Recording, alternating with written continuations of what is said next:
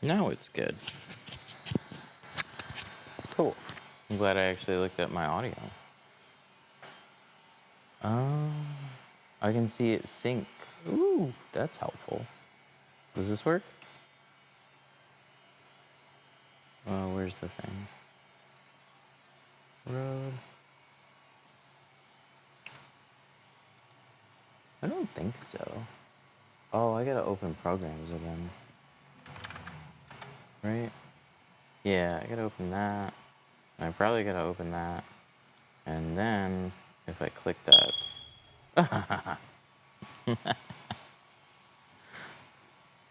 I need that's next. They'll put that on a button next. All right.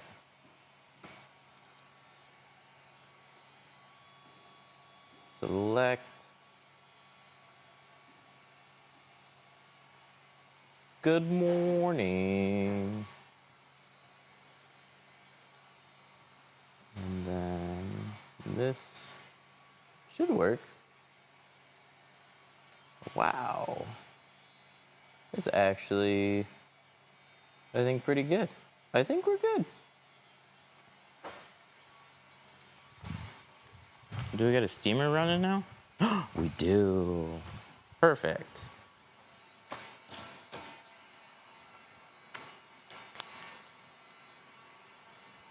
So a couple things.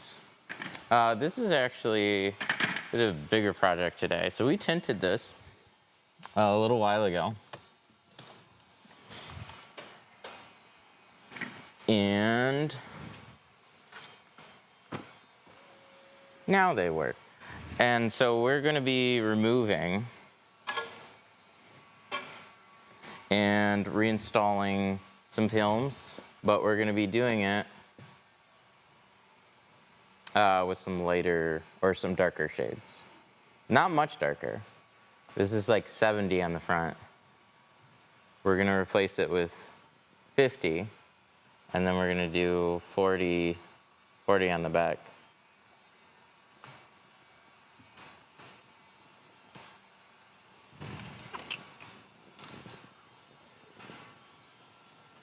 Is nano coating one more stable? Are you asking about a particular product?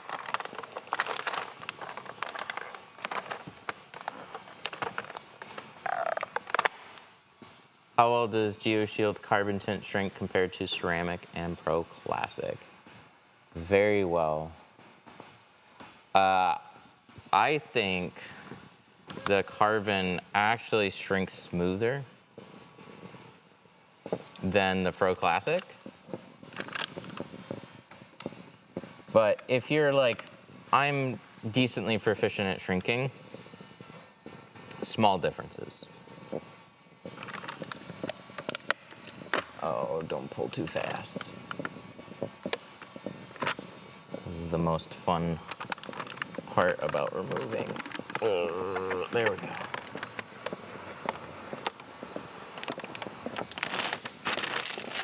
It looks so blue on camera. It's actually crazy. I've been blessed today.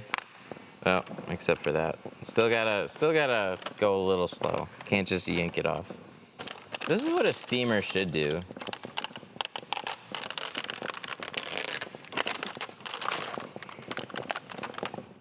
Steamers should pull them off always like this, and I wish that was the case, but it's unfortunately not.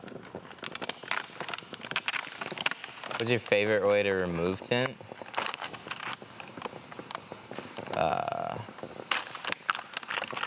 Steamer.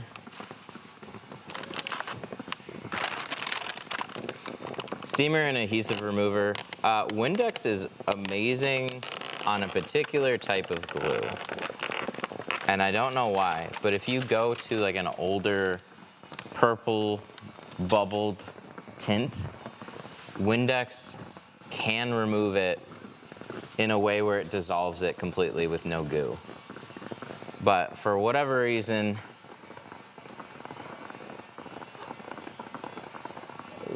there we go. For whatever reason, that doesn't seem to be the case with like modern tint adhesives, or a lot of them. So if it doesn't look like purple and bubbled, and I spray Windex on it, it does like literally nothing.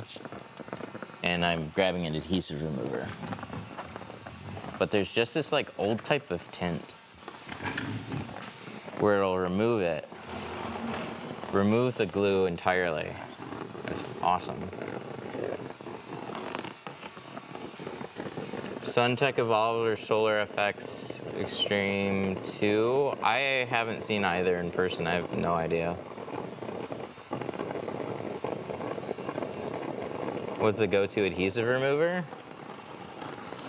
ATR.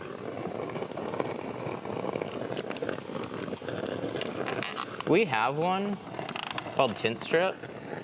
I still like ATR. We just gotta make Tint Strip better. It's okay.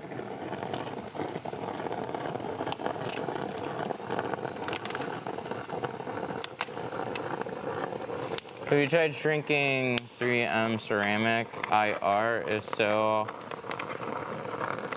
how does it compare to GeoShield? I haven't. I wouldn't be able to tell you.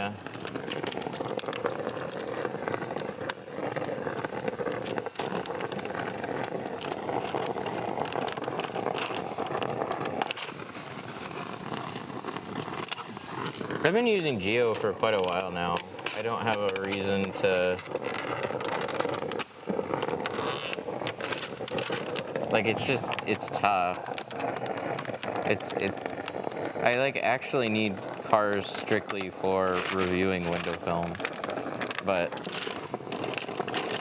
the people that know that kind of stuff best are people that are actually the ones installing it regularly.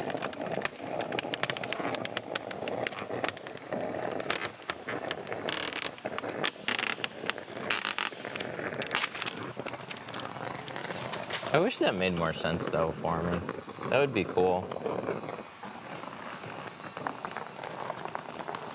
Does removing with the steamer leave any adhesive behind? It absolutely can. This is pulling clean though. This is Apex, by the way. So we're removing Apex and replacing it with a slightly darker Apex shade.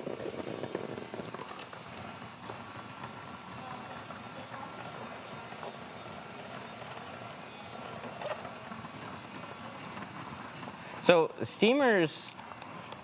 what steamers do is they warm up the film, they get moisture, that all helps with the removal, but it's not a guarantee.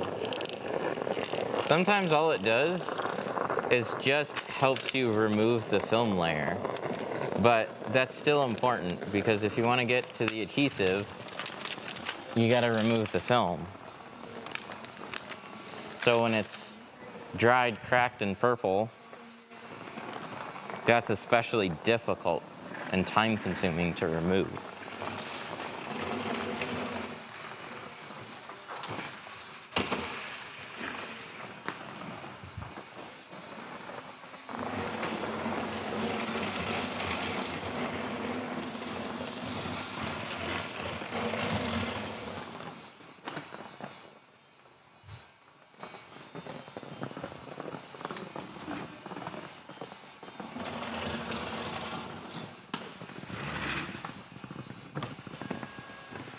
All the ones I have removed have. All the ones you removed what?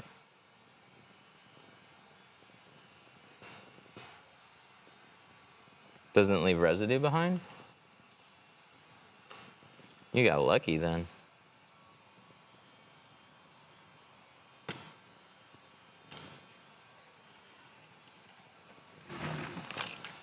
Certain types of glues will just pull easier than others. Oh, does leave residue. Oh, okay.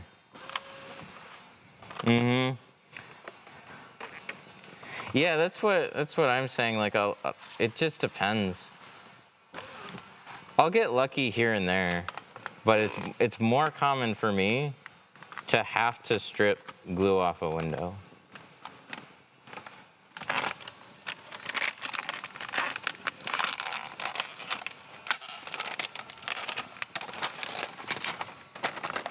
How much do you charge for extended cab trucks most of the time? Extended cabs are just going to be very similar to full size. So like $299, $350, $450, depending on the film that you go with.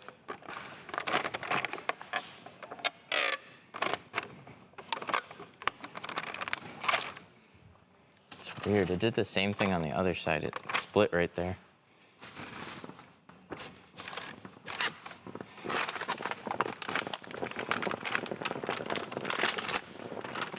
So we replaced the windshield on Tuesday because he was reinstalling a radar detector and the housing was a bitch, and so the plastic slipped and scratched the film, so we replaced that. And then we were just talking and he wanted to go a little bit darker, so we're doing this one. We're doing this one a little bit darker. So this is 70, we're gonna replace it with 50. And then the back is 50 and we're replacing that with 40.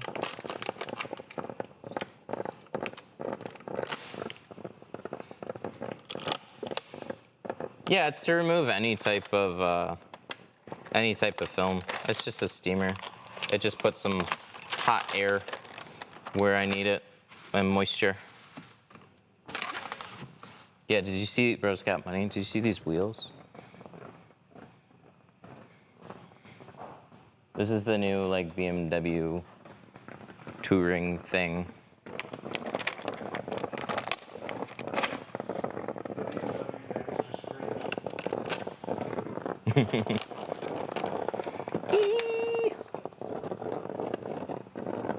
Who gets 70? Well, when you have like 3 or 4 cars and you get various shades and then you live by a police station, you like, you know, I got some fun cars. This is more practical, not get pulled over car. Practical, not get pulled over car, meanwhile.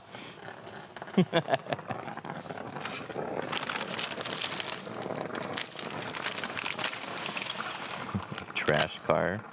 Yeah, okay.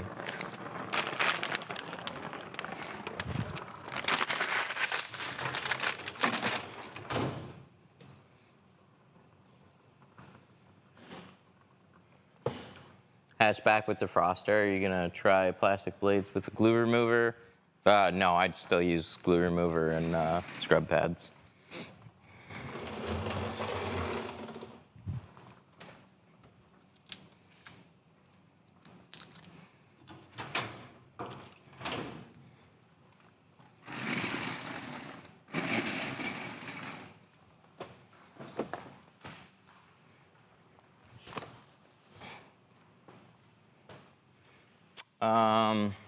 Out of all the schools, what makes 313 better to send my new hire?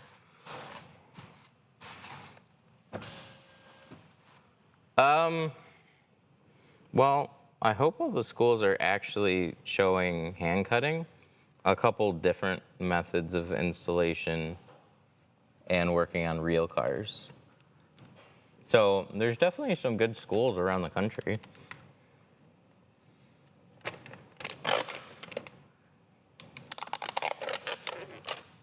But there's a lot of them that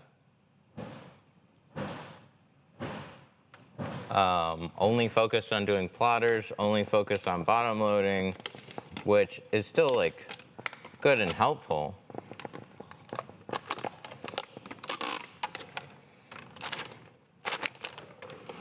But one thing I think we do really well is trying to figure out what that person needs, rather than just throwing everybody through the exact same thing.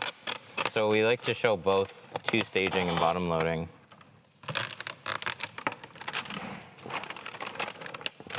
And if they're super new, like never touched film before, make sure they get some film and some tools and get some practice ahead of time.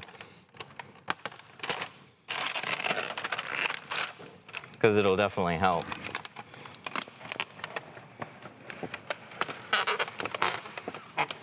But if you want to check out kind of what our classes are like, look at the Look at the channel. We have some live streams from the last one.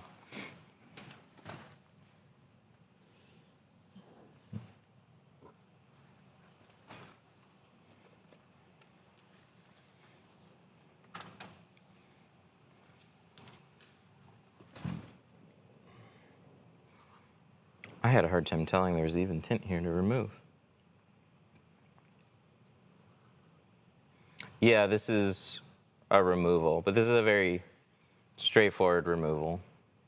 But we're going to be retinting it.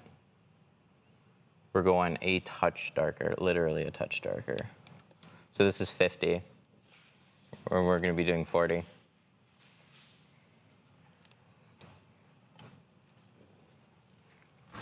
Can I take the class and not have to buy all the tools? We don't have a price that doesn't include all the tools. I'm sorry, we've tried. Anytime we tried to figure it out, everybody's like, you know what? I'll take the tools. Because it's a smoking deal on it. We don't really have much of a discount outside of it.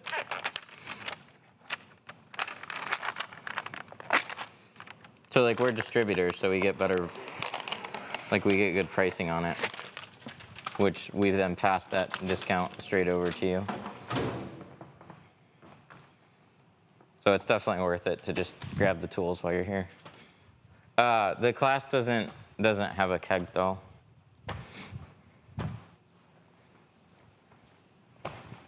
We had 2 tiers. We had a more expensive one and a less expensive one. Inflation and stuff sucks, so we had to take the keg tier basically out of it. I bought my Jeep. It had barely tint to it. Annoys the heck out of me. Then get it tinted.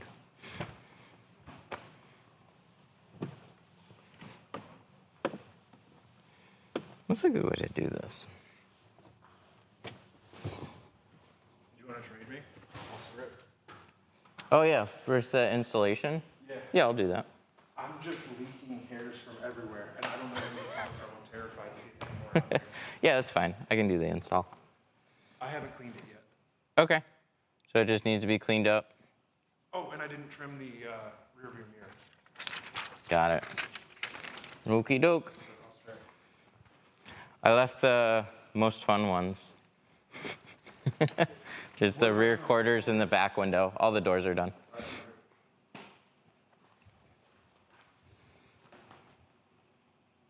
Okay. And I've got the VCM is covered. Okay. Sweet.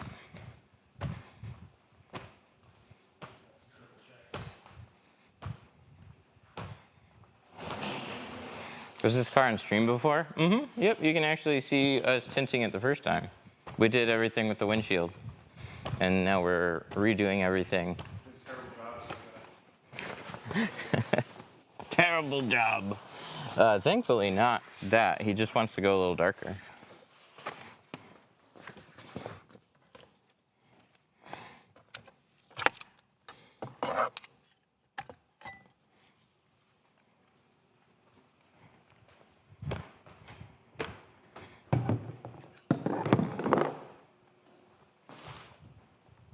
I love when the bench goes up.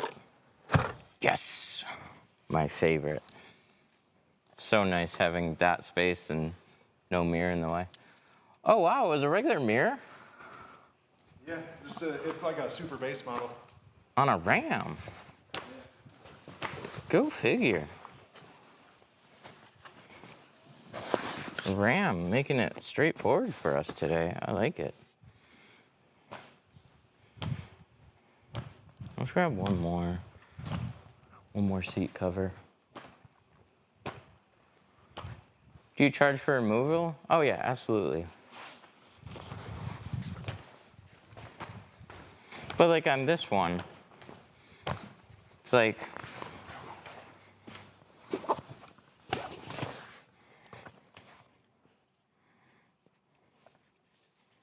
not beating them up.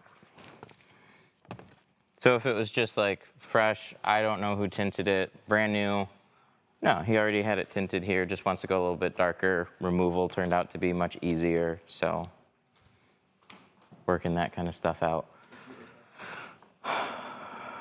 You know what I need? This. This is what I need. So we gotta clean the inside here.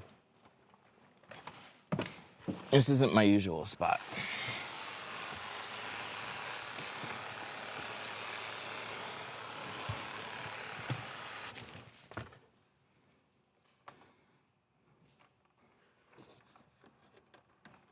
All right, let's tuck you up there. Nope. I don't want to break it. Let's just sneak it up there. Ta-da, ta-da.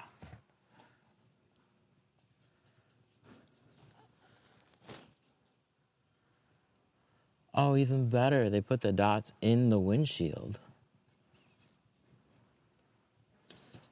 Good job, Ram. We should do this more often.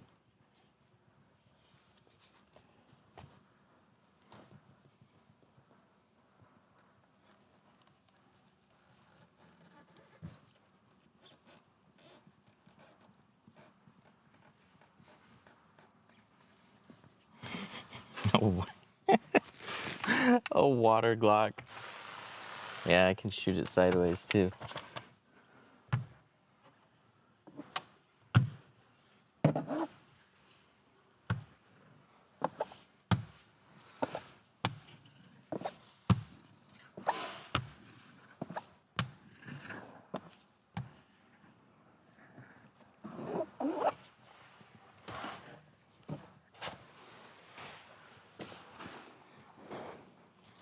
Yeah, we were probably gonna have to trim that back just a hair.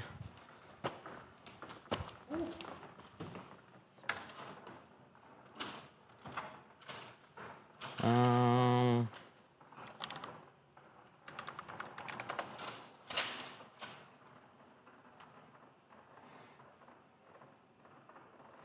I'm pulling up chat here.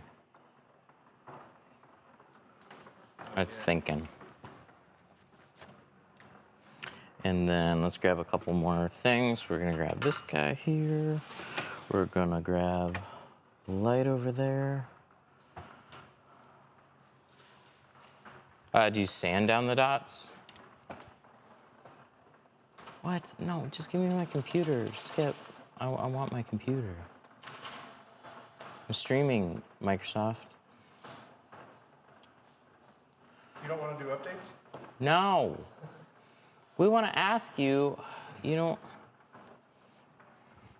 the smart ones are like, hey, do you want to schedule that for later? We can do that for you and not interrupt you when you actually need to use your equipment.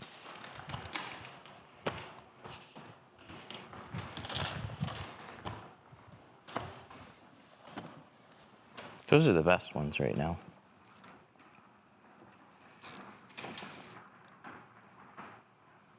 Coming off, just pull slow.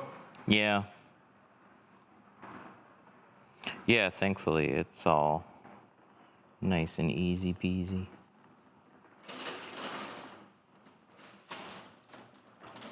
I just saved that one for last though. Good.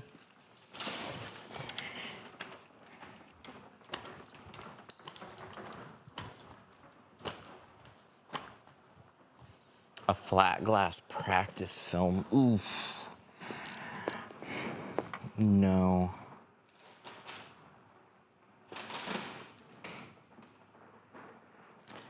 No, I genuinely don't have an option to recommend. A lot of architectural films, they're just gonna have very light adhesives. So you could still use like really any auto film to still practice. It's just they tend to feel a little bit like, just get it like a thin dyed film, honestly, if you can find it. What light is that? It's a icon light. I'm sure the hoodie doesn't help. I'm covering dog Oh. I wasn't prepared to tint today.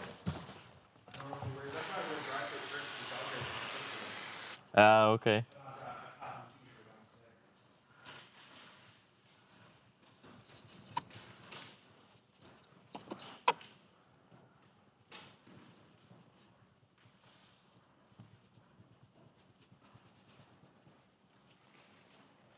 Any tips for beginners? What are you having problems with? I got a lot of tips. Can you show me a side-by-side comparison between the bulldozer and the back jabber? Literally identical in size, thickness, shape, everything.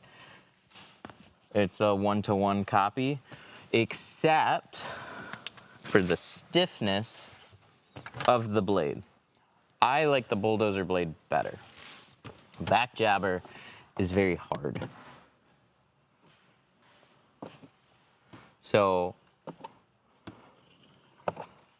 every windshield and back window tool that I shove down into the bottom area, I like squeegees that can mold to the glass. I actually don't like any hard like plastic type ones. So I prefer the bulldozer, but if you happen to like very hard squeegee blades, then you'd like the back jabber better.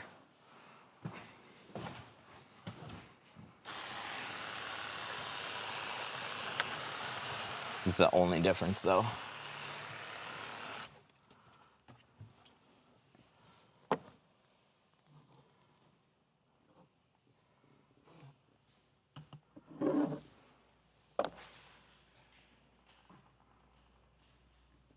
Alrighty. Ready for the final pass. And we'll get this thrown on the inside.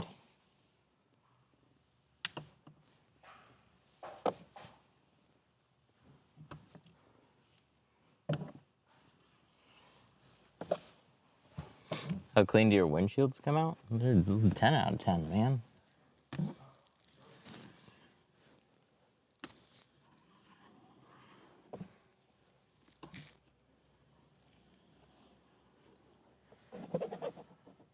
Or I'm either redoing it or a customer. Then it's like, hey, what's that hair? Always rolled up on windshields.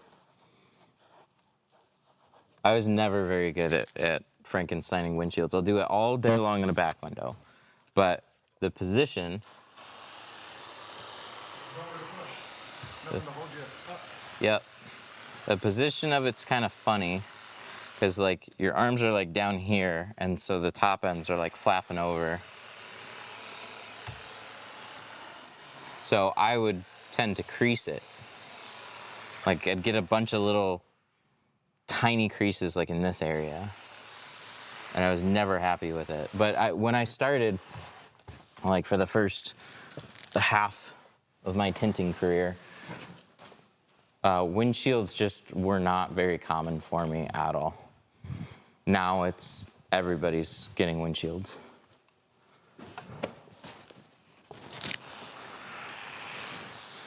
This is a solo sprayer. It's the Obsessed Garage version.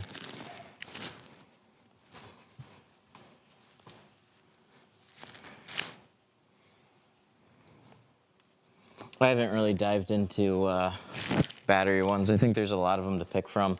I want something with a hook because you can see we gotta like set it down really often. So for tinting, I need a hook on it. This is too obnoxious to just put down, but it's a cool sprayer.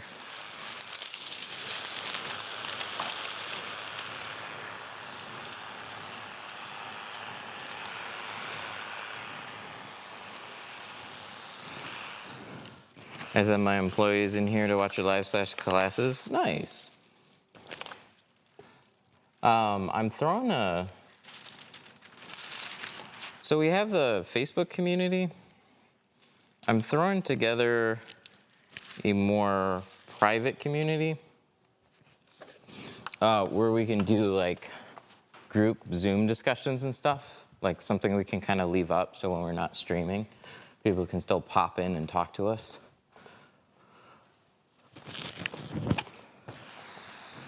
It's going to be free like the Facebook community, though. It'll just be nice to have off Facebook. Better moderated, easier to moderate, less people. Yeah. Yeah, organization will be good too. I think mostly people want to see some like direct videos and ask some questions. Peel that corner. Grab the sprayer. And peel this up. Go across.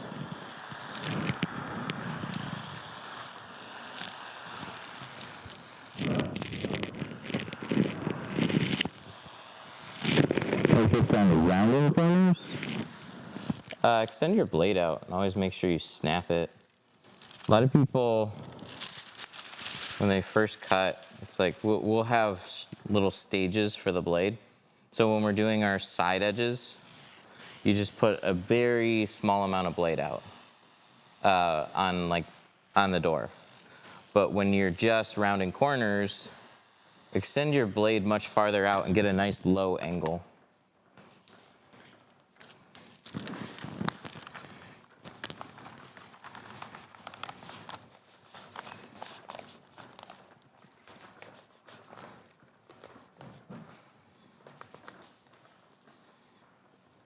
Yep, you can use a coin or your thumb, but really it's just extend your blade out, make sure the thing's sharp,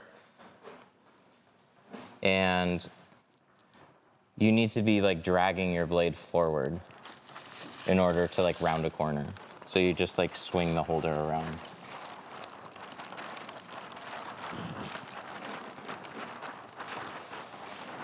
What spray gun is that? It's the Obsessed Garage Solo sprayer.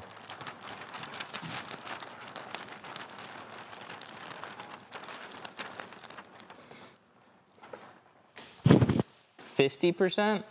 Yeah, keep watching because we're going to be doing that entire vehicle in 50 on the front. Oh no, 50 on the front. Sorry, we just pulled 50. We're doing 50 on the front doors and then 40 on the rear. But this camera always makes everything look lighter. So there's that. Yeah, that's definitely not 50 there.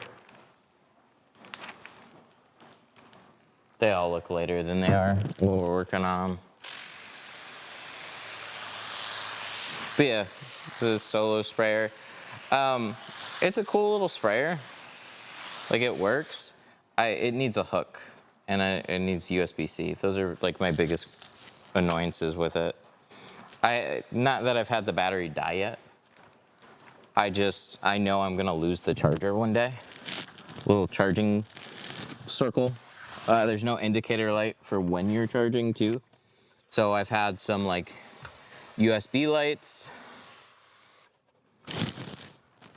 and you go to plug them in on a USB-C, and the USB-C is just too smart, and the light doesn't charge. It needs like a dumb USB. So we've only had them for a couple of weeks though, and we're not using them that much. But a couple small critiques really.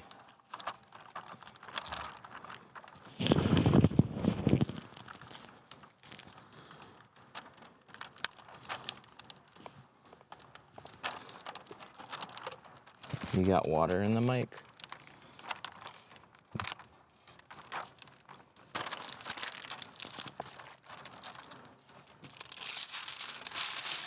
It's probably just in a weird spot. I'll move it.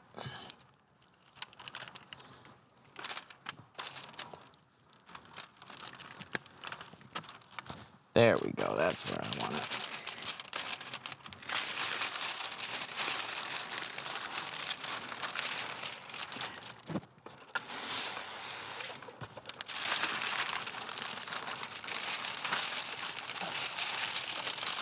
Thanks for the fast shipping. You're welcome.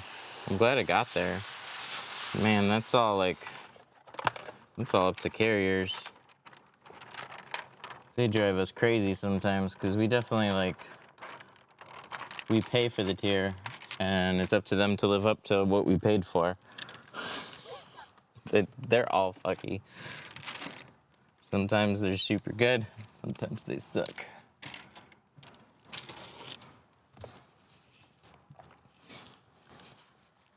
All right, let me move this. I probably got stuck. It's not really in a mic. Ugh. My mic's not really in a great spot.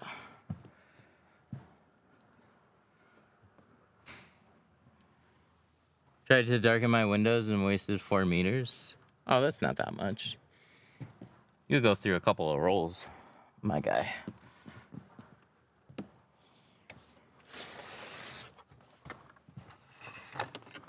It's illegal. It'll be like, well, it's illegal for me. Yeah, it's not illegal everywhere. This is perfectly fine if you have a doctor's note.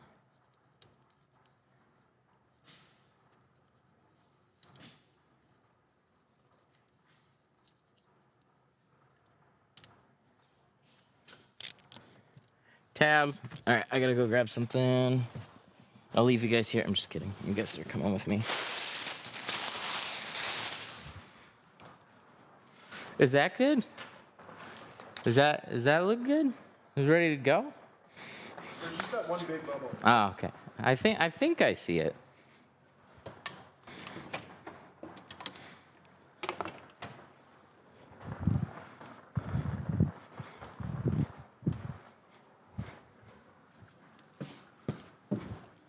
This is a wham.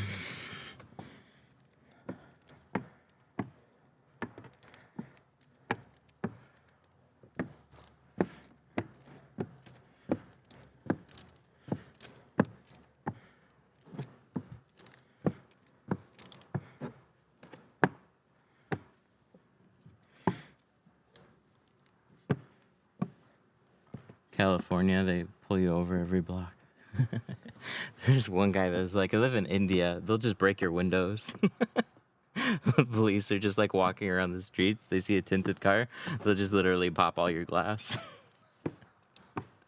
Like, oh shit, that's serious.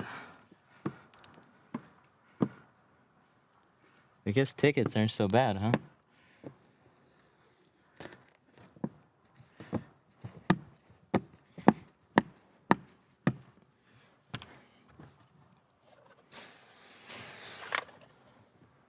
How does that not cause mold? How would it cause mold? Just because something gets wet doesn't mean it molds.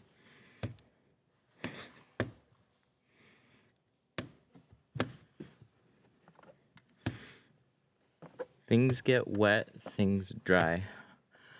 I see the towel, but I think things still get wet behind it. Oh, for sure.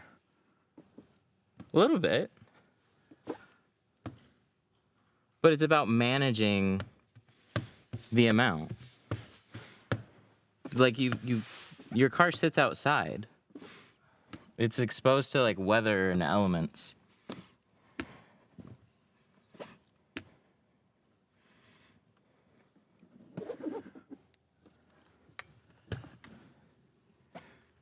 In my brain, if things get wet, things might mold. I mean, but like, what about your clothes? You put them in the wash. Are they moldy? No, you stick them in a dryer. This dries out. Like, it's okay.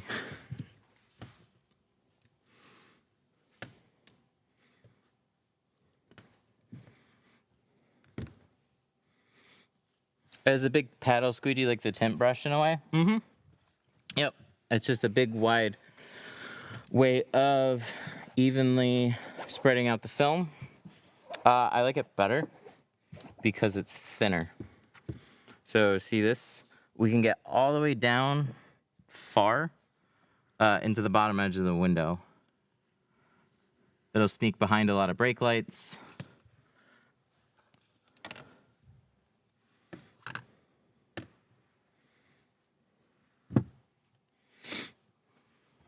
Oh, we got one little speck here.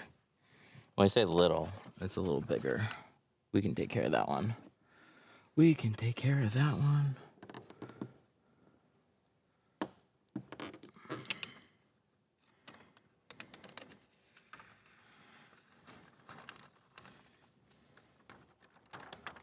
I see it. That's how big that was.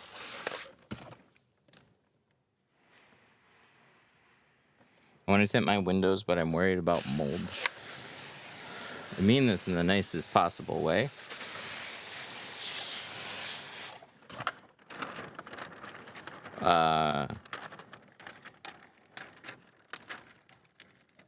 You might just, I don't know. Is there a word or term for that? Like a germaphobe or something?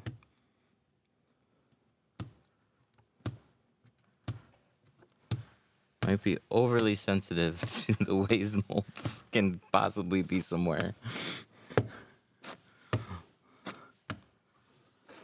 A moldophobe. Look, I'm not looking for mold. Things get wet, things dry out. Where mold happens is where water sits and never has an opportunity of drying out. So water can absolutely be behind a couple little areas.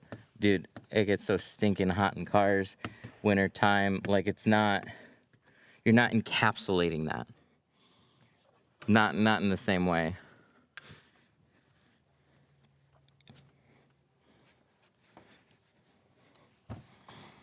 Yeah, like if anything, I've how many videos do they have with my blazer? Jesus Christ.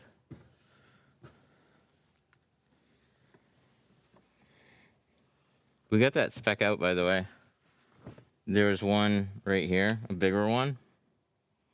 That's 100%. Even though, like, you could, like, how many specks do you leave in a window?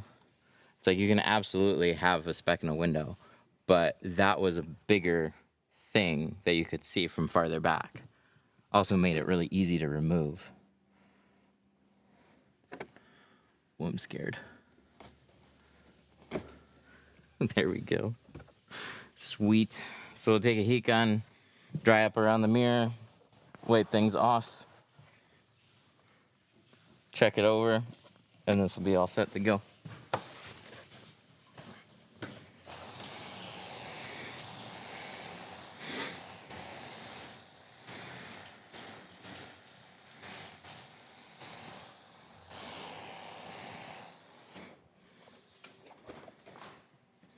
Thank you. I've been wanting to start, but I don't know how to.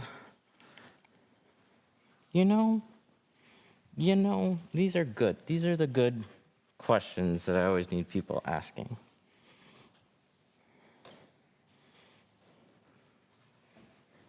Did I leave another towel in here? Oh, there it is. I'm gonna try and hold that thought. Crazy how you're able to pull that out without introducing a lot of dirt. So that'll happen on back windows and windshields, and it's not always a guarantee. But because we pull very gently, we do extra cleaning around all the edges before we install it, that makes it more possible. But that was also up here, not down here. If it was like down here all the way in the center, whew, super hard to reach there and scrape something out without introducing. Good thing is I was able to, that top area, flap back.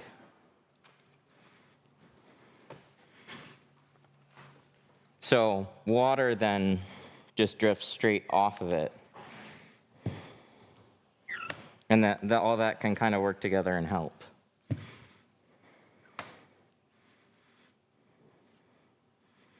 Why is the tint on the outside versus the inside of the window? Yeah, is it? It's on the inside. It's just a process to getting there. So we pull a piece of film off of a roll. That's not pre-cut, molded, ready to be installed. That's just a blank sheet of film. It's always got to fit. It's like a piece of fabric that you're taking and making it into a shirt. It's like you're gonna have patterns and trimming and stuff, right? You don't just like sew it on the body. There's steps involved.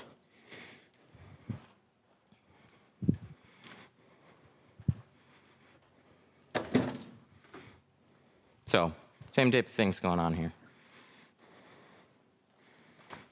You could call us tint tailors. Trust the process, exactly. We need like a little scrolly text. Oh, maybe I'll do that. Maybe I'll say like, I'll say something and then just have text scroll along the bottom of the screen. Yes, this is a wagon. Look at these wheels, man. Freaking crazy.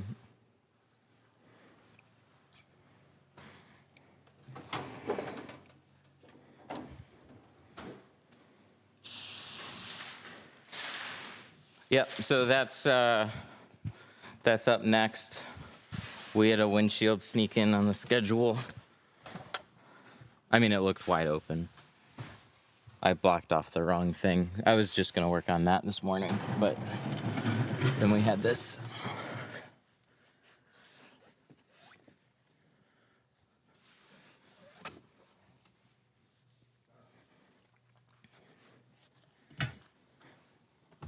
Just place an order on some tools. Thank you, I appreciate it. What you got? All right, I'm going to heat up around the mirror really quick.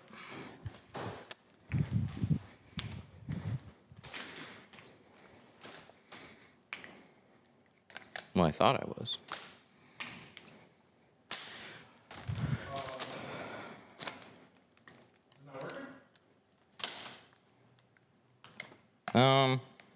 Oh.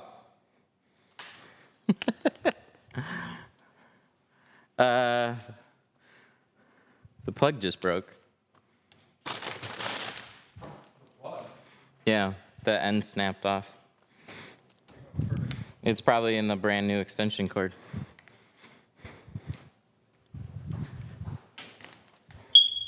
Yeah, there it is. Oh, we can still get that. That's cool. I'm glad it didn't break off flush in there. We can just grab it and yank it out.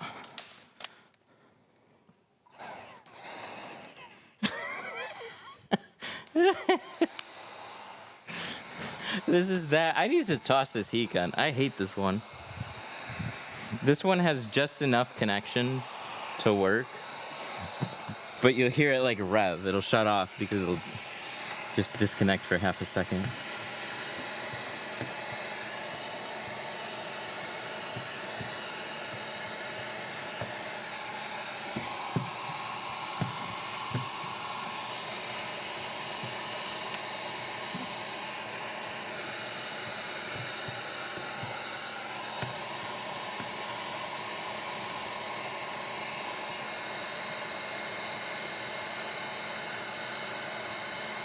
So, when I cut out mirror tabs, it's like, I'll typically still have some fingers pop up. It's important to know, I'm not actually trying to, can you guys see this okay? I'm not actually trying to shrink this. I'm just trying to dry it. So I got the heat gun farther back, and I'm just circulating hot air around it. So we're lightly cooking it. It's on a simmer. It's like a hairdryer, right? Because the only thing that's keeping those fingers popping up is the water that's around the tab. And then it funnels into those little fingers. So you just want to dry them out. Now that's good. Okay. Windshield all good. I gotta hop back on the BMW. Thank you.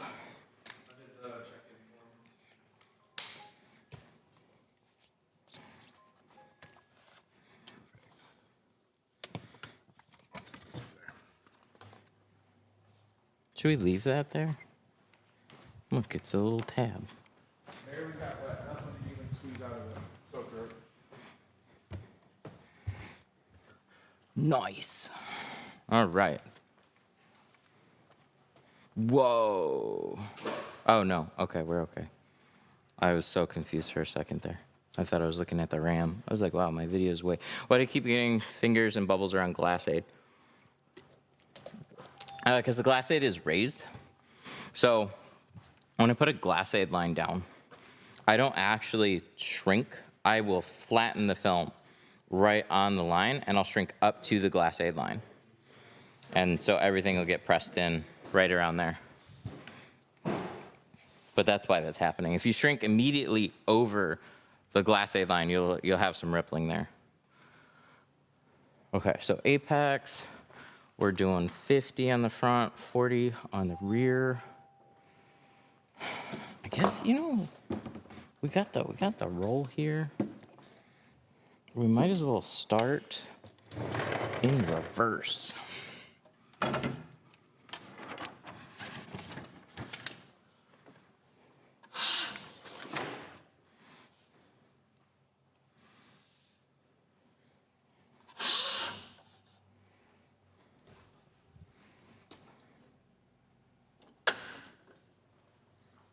Yeah, close enough. Thank you. All right, so I'm putting a community together. Where's that window? This one? This one? Group.com, or sorry, group.313tint.com is the link for it right now. It's free to join. There's a bigger link that'll take you directly to this page. The group.313tint.com will take you to a login page where you can just make a username and password. Doesn't charge you anything. But I've just got this up, and I'm adding categories, and we're going to be putting a lot of videos off of the channel and adding new ones. But this is basically like our Facebook group, except cleaned and off of Facebook. So we have about 115,000 people in our Facebook community, and I want to make this as more of a tinter specific, mainly focused on training. So a category that I wanted to add really quick is like how to start. And I'll just set this as like a reminder for myself. So like how to start. So a lot of these categories are just going to be like window type specific. So like back windows, windshields. So like hand cutting videos, shrinking videos, that type of stuff. General discussion is where most people are going to talk. And then we're going to have group Zoom calls. So I will paste this in the chat. How do I do that? New group. Let's try this. There we go. It'll show on YouTube anyways. But yeah, let's get back to working on cars. What do I gotta click to? Can I leave it on here? Sweet. Plotter. Let's pull up a car.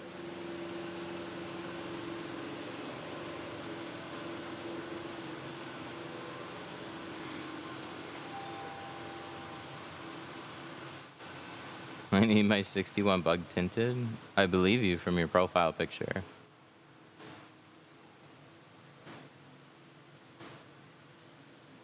Will you be mad at me if I say I don't want to touch it though? BMW. It's up. This is a 5 Series, right? M5. I knew it. 5 Series. Where did we find it last time? 20. I'm probably in the wrong category. 26. BMW.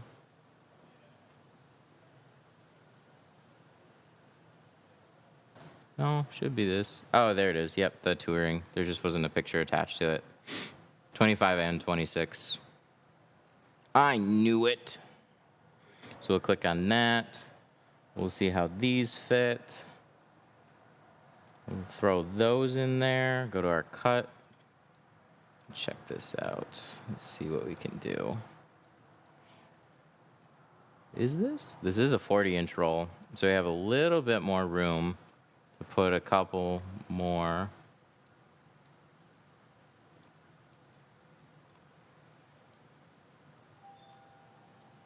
A little bit more space here. So we're going to switch these. Now, because we're switching these sideways, we got to remember we switched those top quarters sideways when we cut them. And then we can fit all this in a pretty little package right here. Software, we're using Core. And I got my settings dialed in. We got that, condition 2, 40-inch roll, click cut. Should be all set to go.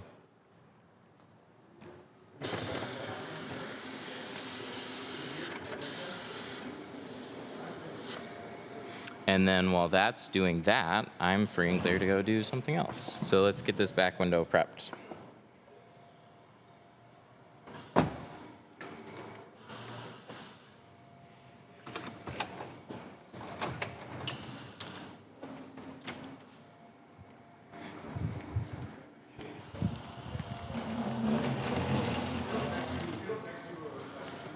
Ooh, I get my spray. See, I didn't even have my sprayer. I got my keg all set up and then I got distracted.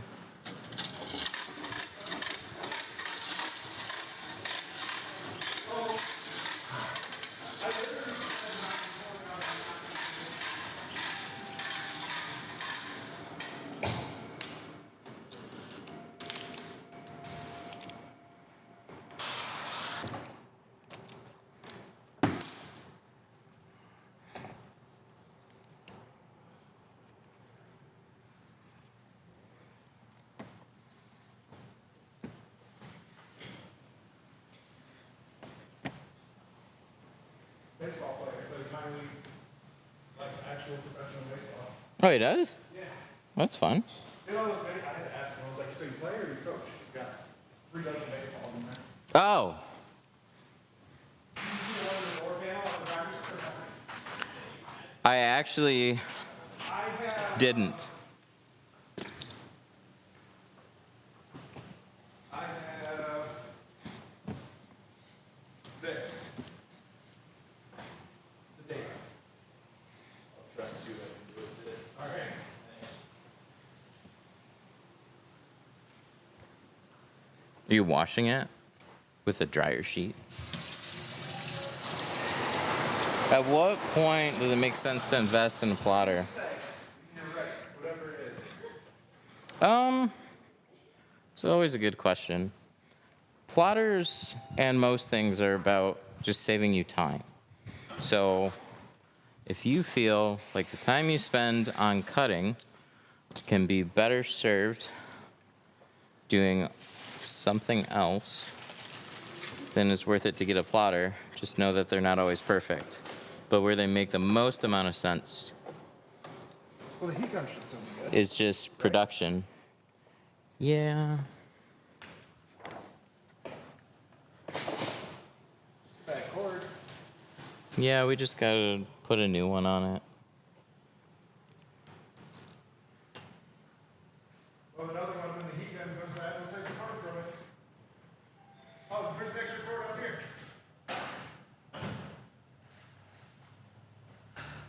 What? But yeah, save yourself time by hiring somebody that can run it for you. And then they'll prep cars, and then you just up your production. So then 100% makes it worth it.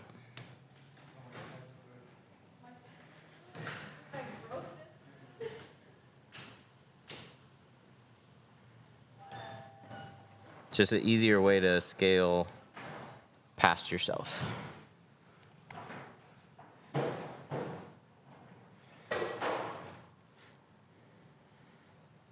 PPF? No. I've done some. I wasn't ever particularly amazing at it though, but very familiar with it. Still gotta get a PPF class going.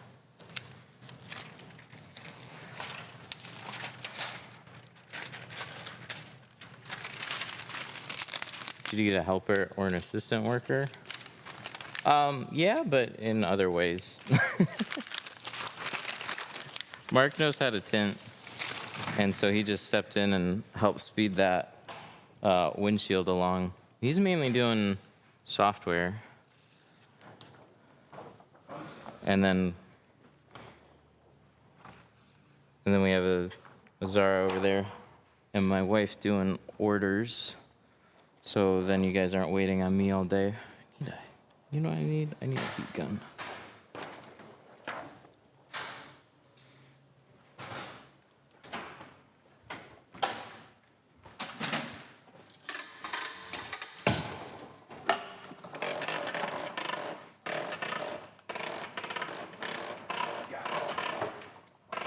Let's see how nice you can get it to stick to the matrix.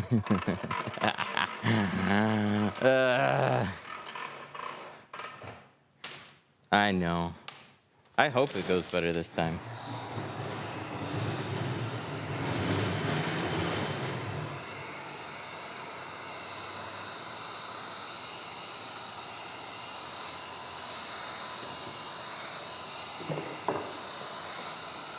Leaving the film wet, does it mess with your dry shrinking?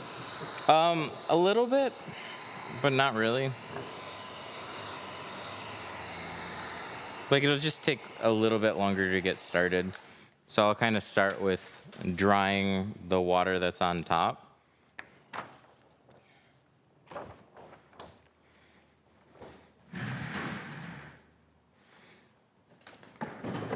I saw on your first videos about 13 years ago, you were installing PPF. Why did you stop? Yeah, I was. And so I've probably done in total 25 or so PPF package projects, a mix of like front ends and random stuff. Did a full car with somebody before over like the course of a week. Just like tint, it is a skilled trade, and it just takes a lot of time. So learning more skills doesn't translate to making more money.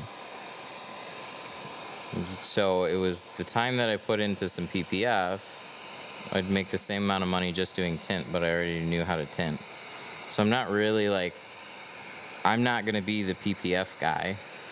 And the shop that I was working for at the time too would only get a PPF job like every like 2 or 3 months. So I never really had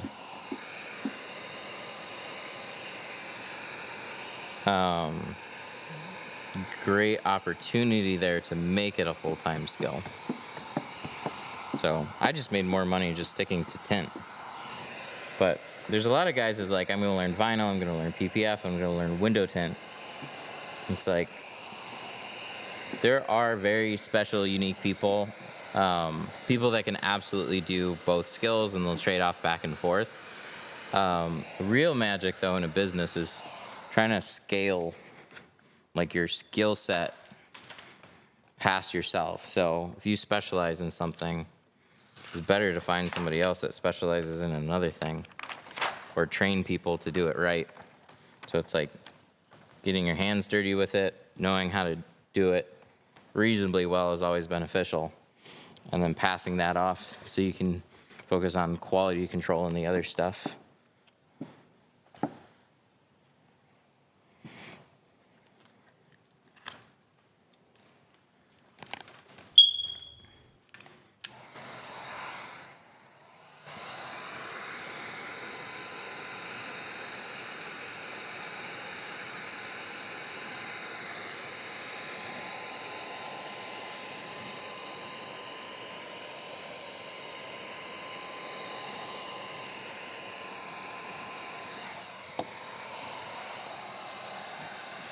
What app is good for booking customers as beginners? Dude, I feel like that question is literally made for what we're working on right now. Do I show a teaser? All right. You know, I wonder if we should just call it Tintly, and then the full suite is then Tintly Pro. Yeah, I agree. And then I think we raised the price on Tintly Pro Yeah, for the new customers, not for right. we just had some Tintly, by the way. Oh, okay. Yeah. Separate them, make them clearly different and worthwhile. And available if you want. But yeah, I think that'd be good.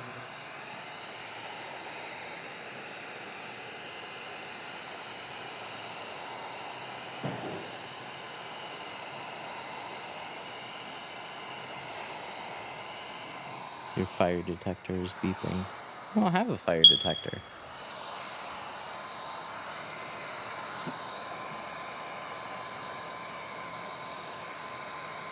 Maybe it's yours.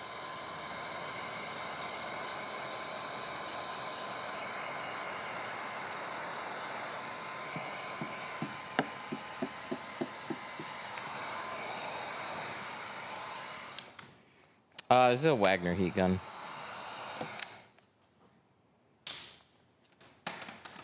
Okay.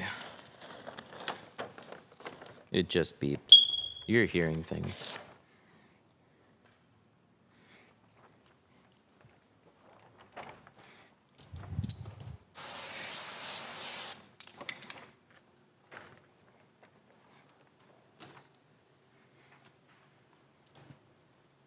It just beeped again.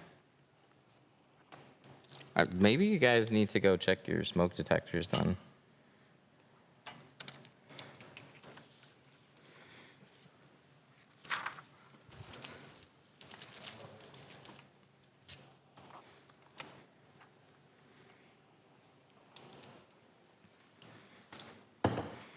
I mean,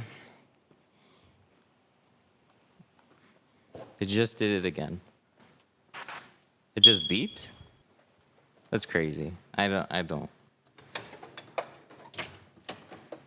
I mean, that'd be so weird if every time that I said beeped, like beeped, and it beeped.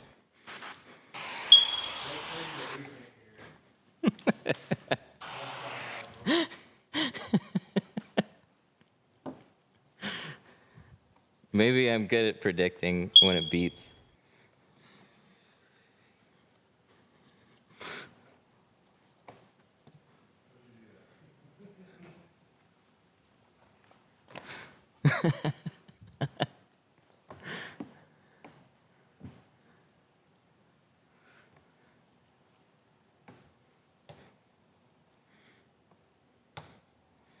I have fun here. I have I may or may not have a beep button. We gotta get the Taco Bell sound on it though. That's all the way over here. Not to be confused with this guy right here.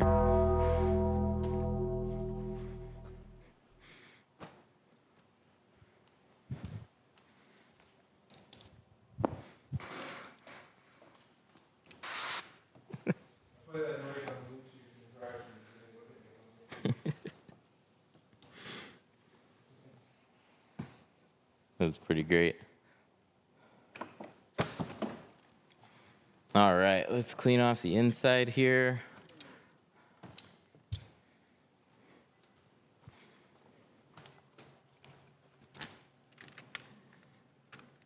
Just making sure.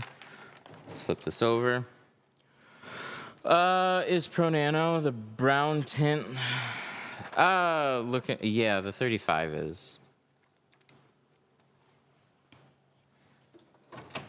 That's a great troll. Thank you.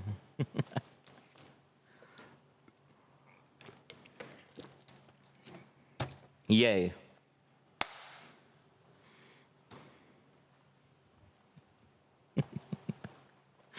We see. What fun is streaming if you can't have fun with streaming effects?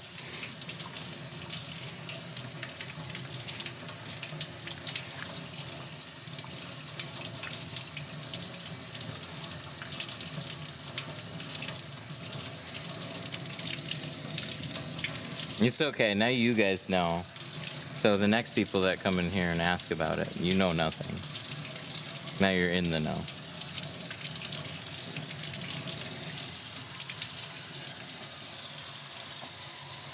But yeah, so this was a thing that I've wanted for a long time, but I didn't know existed until recently.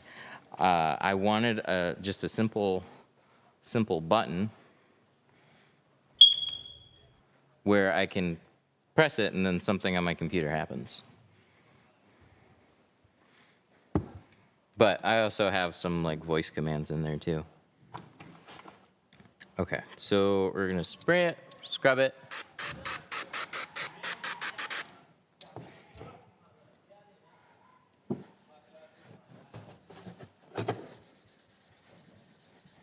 But I think I'm gonna put the Taco Bell sound on it. It's just a fun sound.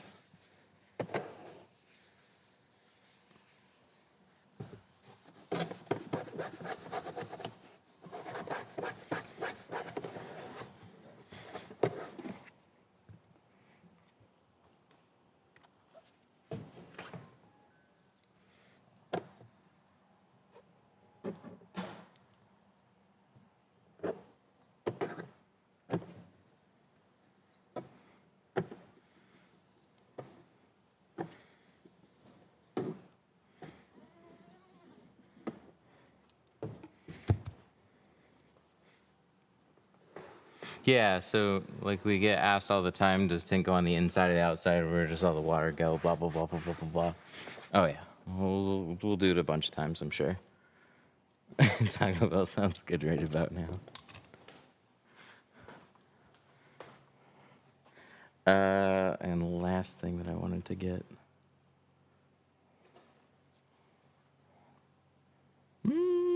Where is it? No, that's just lipstick. There. This is what I want. We'll throw this on a rag. Wipe the edges. I would set it up now, but it's gonna crash my stream. But it's all the way over here. I have to walk all the way over here. But this is the...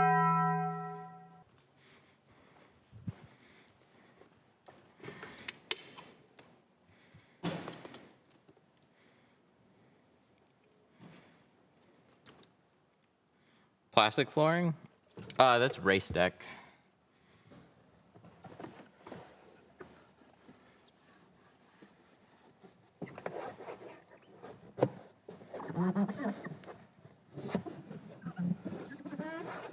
What, cabinets? New Age. They're Pro Series. Cabinets are not cheap, but those were a lot of cabinet for your money. We're using IPA on the edges. We're just trying to get it to try and be a little bit more uniform. Part of the problem is it's the shrinking. It's actually the bigger problem. But if I can, if I can get it to smooth out a little bit better this time. Unfortunately, there's no surefire way, but I'm trying to create just a little bit of more consistency in it. Plus, we just removed the tint that was on here too, so making sure all the edges are nice and clean.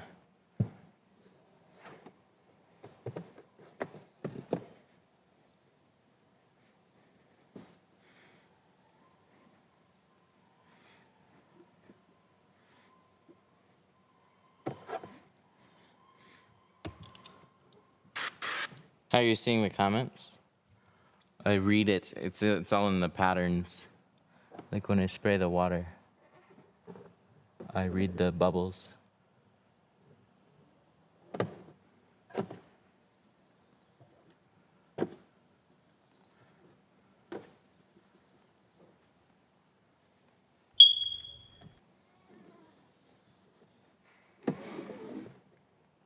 All right, one more time. Can't be too thorough on this. Just a little bit more.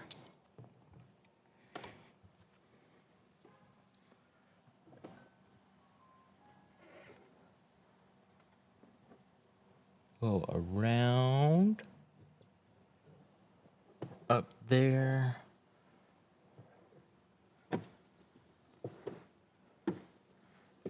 No, really? What's your setup? No, really? I read bubbles.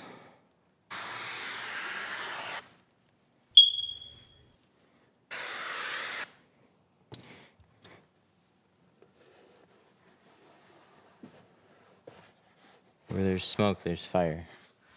Okay. Or there's TVs. There's TVs and Bluetooth audio. That might be the case.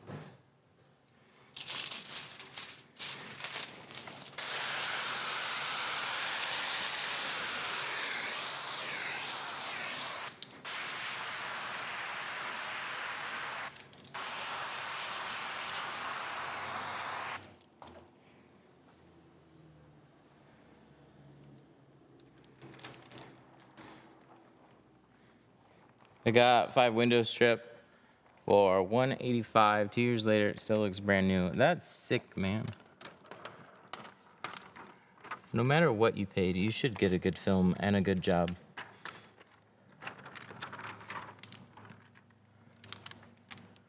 It's just there's a lot of places that don't necessarily do a good job that charge that. So we can get in price discussions. I don't really like to, but I always tell people, if you see a deal and it seems too good to be true, send your friends there first and see how it turns out for them. And then you go there. Then you know. How'd you heat the film? Up and down. If you shrunk it. Wait, what? No, it went out normal. So you're just confused. So the roll comes out this way, right? So everything is in that orientation. So it's good. We didn't flip anything on this one. What we did flip was the quarter window on the door. That's the only thing that we flipped.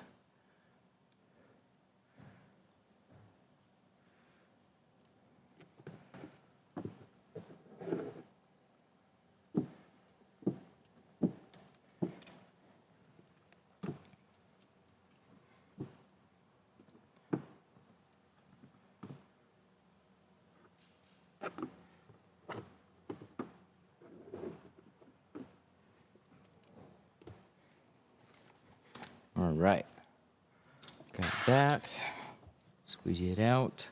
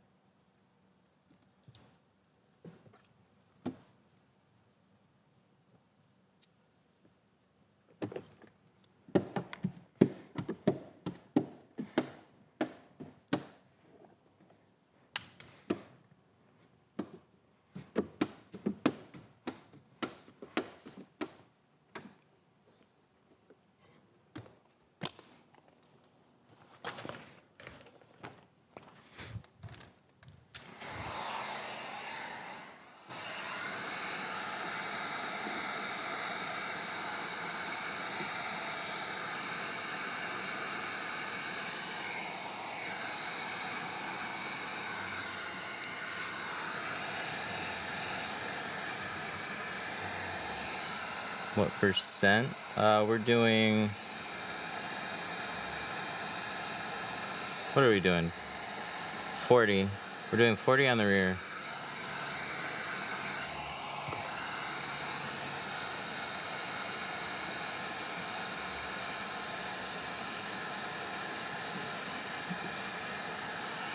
Looks like 35, very close.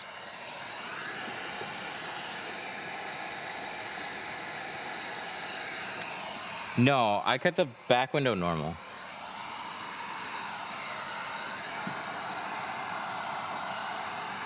So what you see happen on the plotter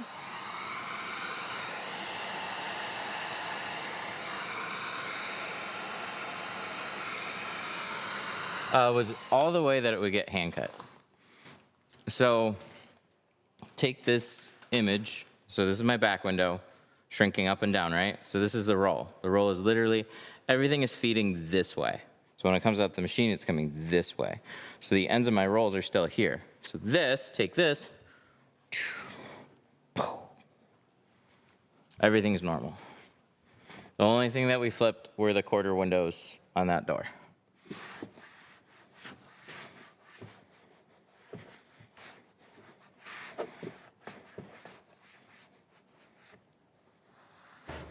But when I start flipping shit around, man, sometimes I get confused.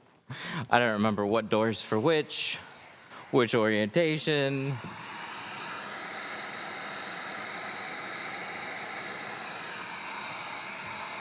All right.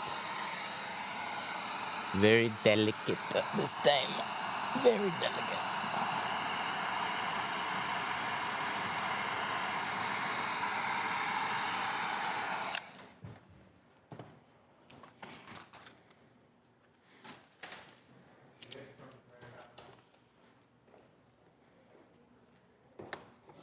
Let's check it out. See what we're working with. Little finger right there. That still wants to come out. Everything else is looking good.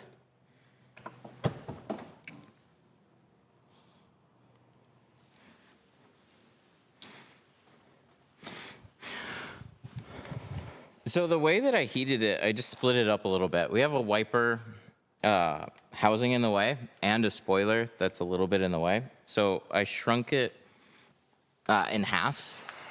So I just scooched it both up and down. So I got the top area, then I got the bottom area.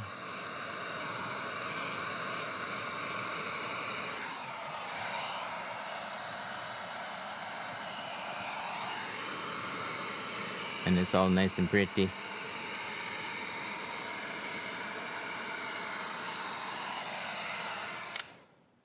Should be good.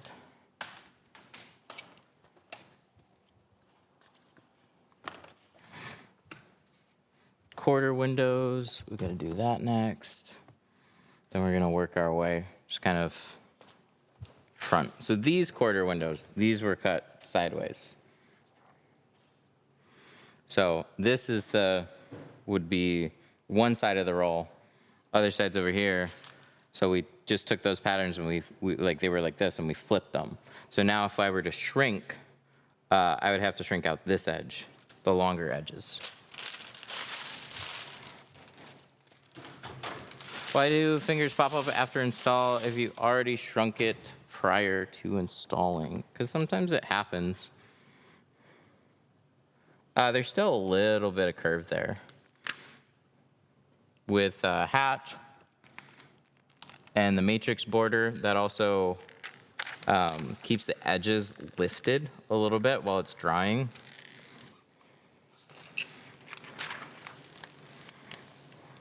And those dots, they hold a lot of water. Even though it doesn't seem like it, it's just there's a ton of water sitting in those edges and you're kind of waiting for it to dry out, but it will often pop up a little finger in a couple of spots, or can anyways.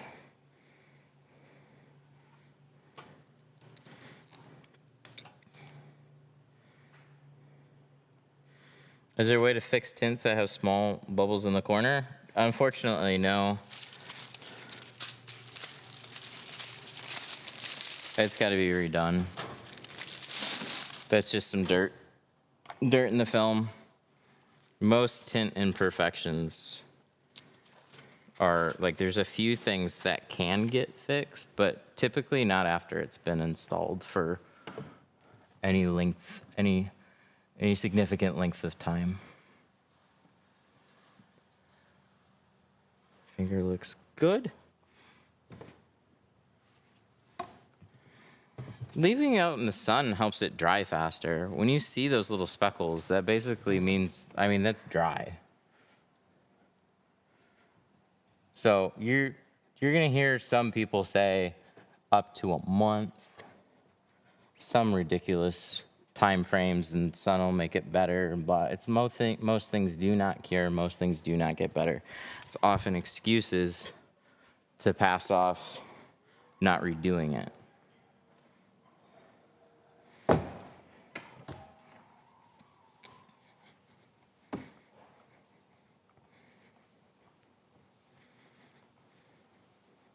But yeah, on day one, you're gonna have a lot of water. You can have a lot of water still in the film, and then that helps mask little air pockets. And then as it dries out, it's when you see the problems that were there. Okay, cool. Quarter windows next. Let's trim this off.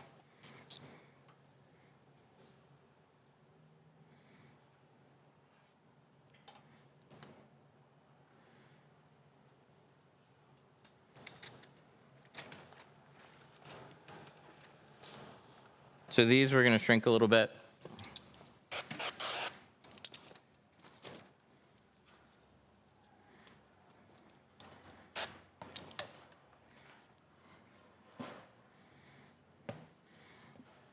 I wonder why there's no privacy glass since it's a hatch.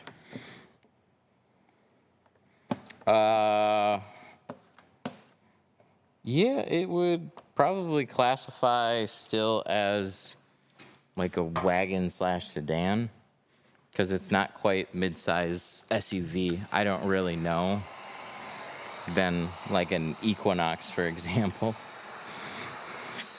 Vehicle height.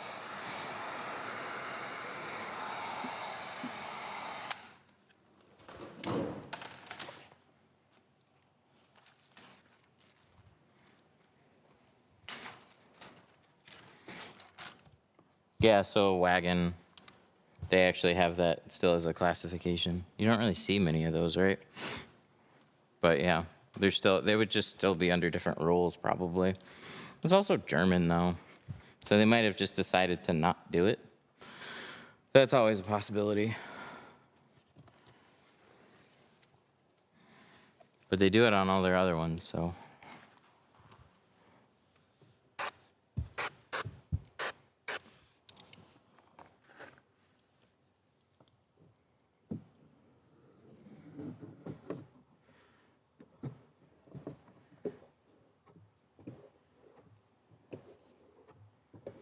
I need my car retinted.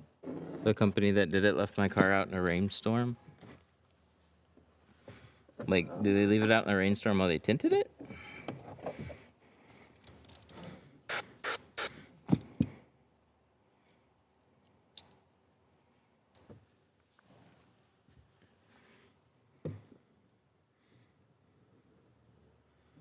Right after tinting it? Yeah, there's no issues with that. I mean, they need their shop space, so once it's done, it can go outside. It's not gonna hurt it. It could still be a blizzard outside. It's not gonna hurt it.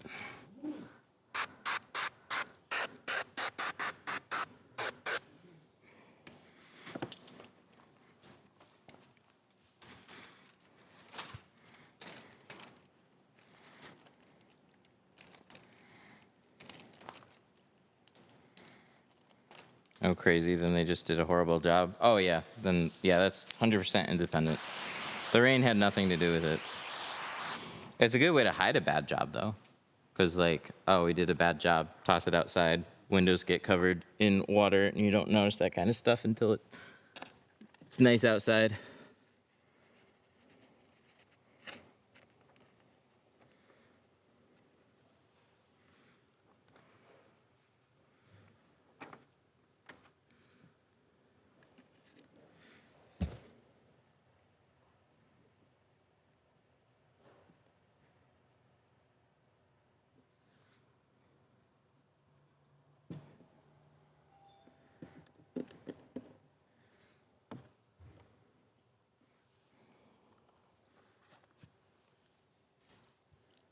Looks good.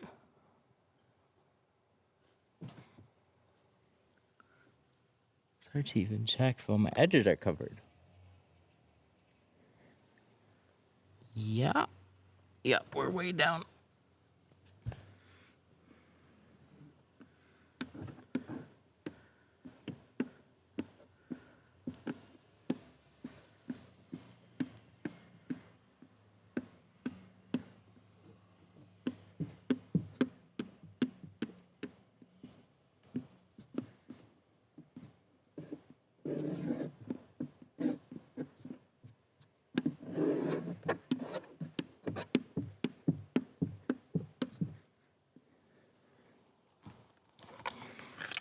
Doesn't it look good? I paid a decent amount for it. Then you should fix it. What'd they say when you showed them?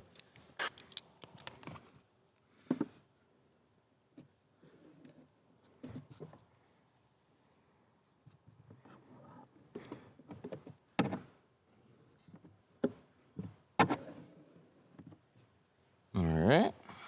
Looks good.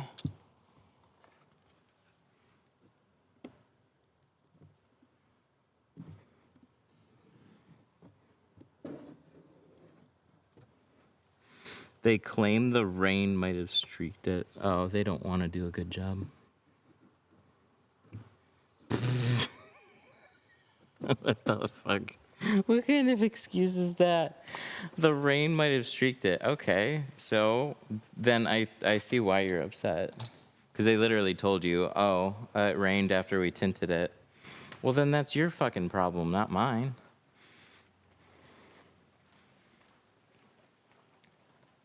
What kind of business?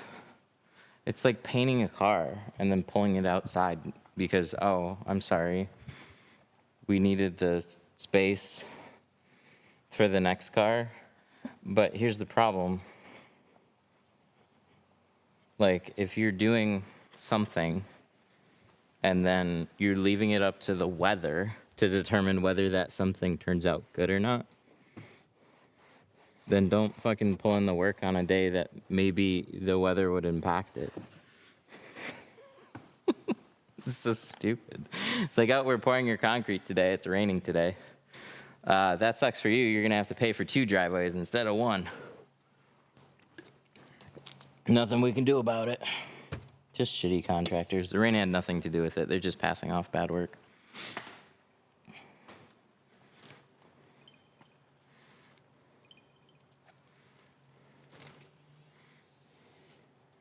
Can you rewrite your original comment? He might not have seen. Yeah, ask things more than once.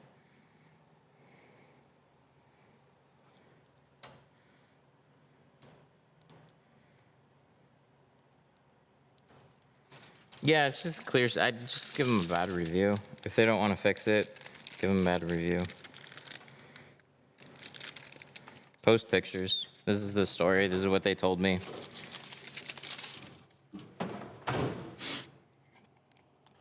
But it's not your responsibility. So we've had people pick up vehicles after hours. They're still under the same type of, like, I don't care if you can't talk to me right away. But the thing is, there's always a little drying period. So if you have an issue with a tint job, like, if you didn't acknowledge it the day that you picked it up, that's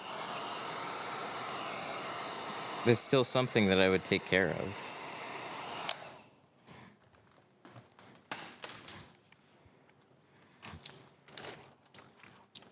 But it's very unfortunately very common in like a trade or I forget the word. But it's really like a contractor skill. It's really common to pay somebody for a service, and then if they do a bad job, then they're just gonna try and brush you off. So that's one of the most wild reasons I've ever heard. Oh, it rained. Like, fuck off, man. Fix it. Don't be shitty. That's so... No, that's not why it looks bad.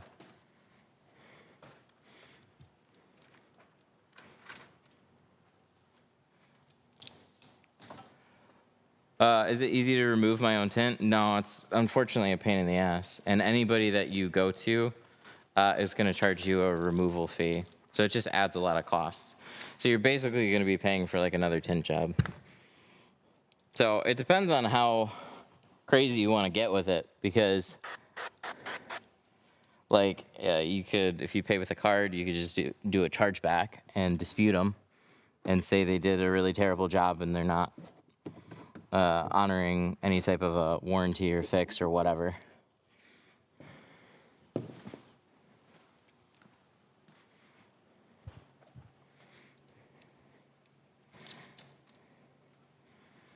But yeah, we'll charge typically a little bit more for a removal. We'd be in the neighborhood of $250 for like all the sides and rear, $350 with a windshield if everything's just getting removed outright. For like your average type of removal, because there's usually like a lot more work that goes into it. Sometimes you get lucky and the film just comes off, but I don't know that until I get started. So it's hard to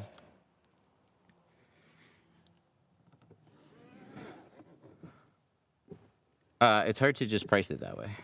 Like where you like, oh, it should come off easy, so I'm gonna price it lower. It's like, you gotta kind of protect yourself on that.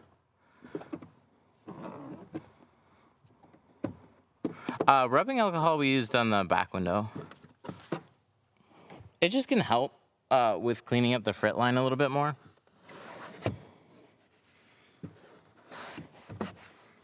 We were trying to get the rear, so the quarter windows, I just don't want to screw with them.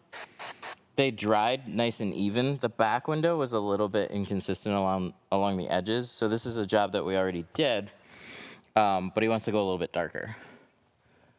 So it's like the one thing that we could try and focus on to make it look that much better. So I'm just trying to see what we can do to hopefully make that the case. This is what I want.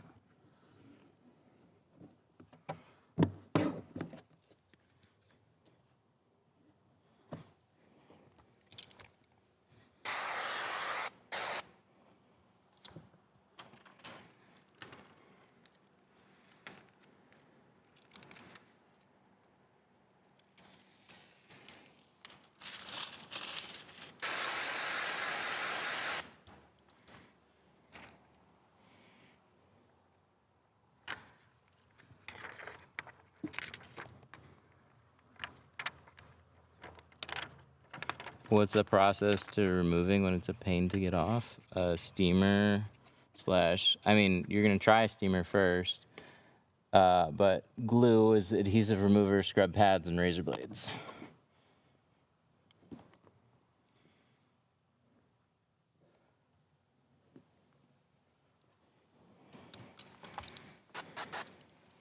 It's just messy. Not much you can do about it. Definitely worth looking up videos on how to, because there's a few different, like if you live in a hot state, it's nice and sunny outside. Sometimes you can steam the windows with soapy water in a trash bag, but that doesn't always work.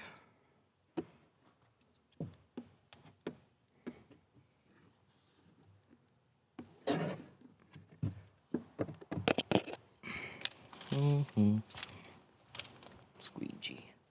There's my baby squeegee.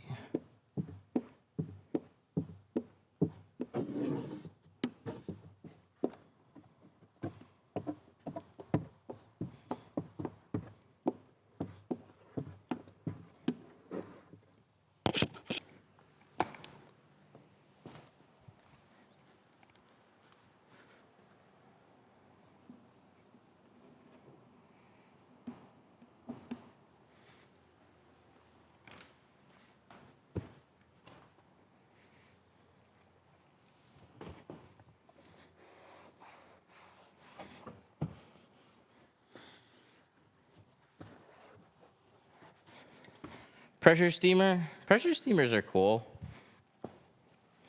I have one. I honestly forgot today I had one, but I'd still use the same steamer. I'm going to play around with them a little bit more.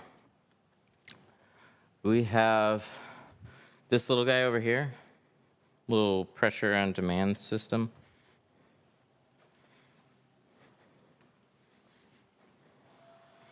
Okay, that's all done.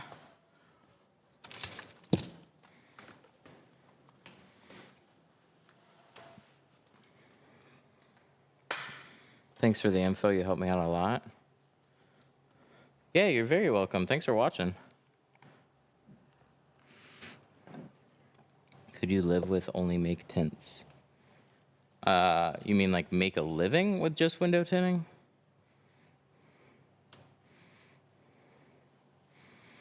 Will ninja rocks go through your tinted glass?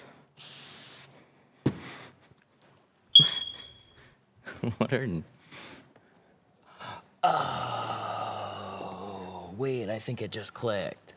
Yes, they will.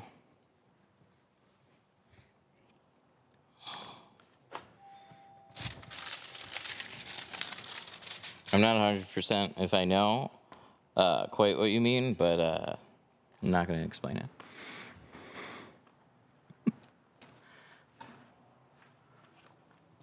All right, let's clean this stuff up. Back looks good. We'll keep an eye on the back window.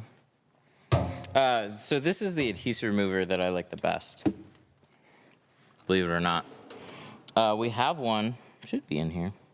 It's not, called Tint Strip, but ATR is really good. I've been using it for years. It'll still make the glue snotty though. So use it sparingly. That's why I still would prefer to use soapy water and razor blades on your doors, because otherwise the glue's just gonna gum up all the seals. It's just a mess. But on a back window, we're not using razor blades. So the safest way of removing it is steaming the film off, and then if you're left with adhesive after that,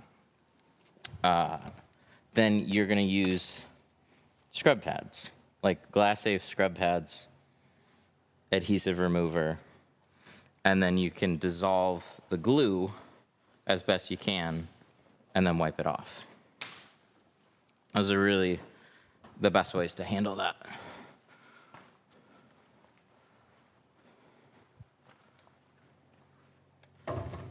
Okay.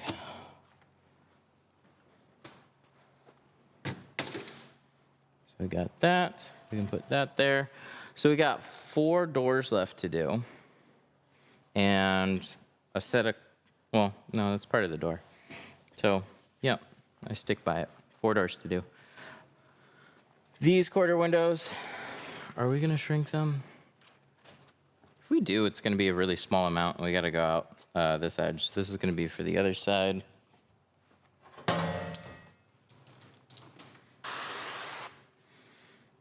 Is it bad to clay the inside of the windows before tints? No. Clay bars are great cleaning tools. I use them along defroster lines. They'll like pull off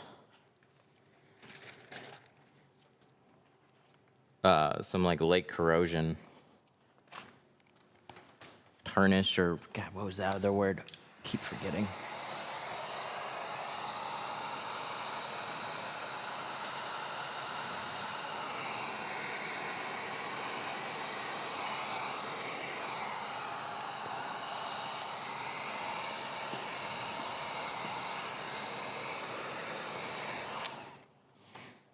Spark plugs, yeah.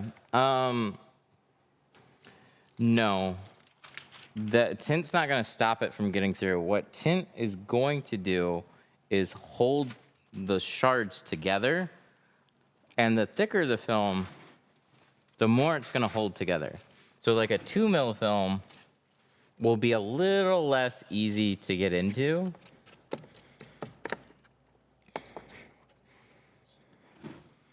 just like a laminated window. Like, so they're gonna hit a tempered window. So most of your side windows, they're side door glasses, depends on the vehicle. Like the new Teslas have rear laminated windows. Those will hold together really well. But any like rear quarters and back windows, those are typically still tempered. Model 3 though, that's actually a laminated back window as far as I know.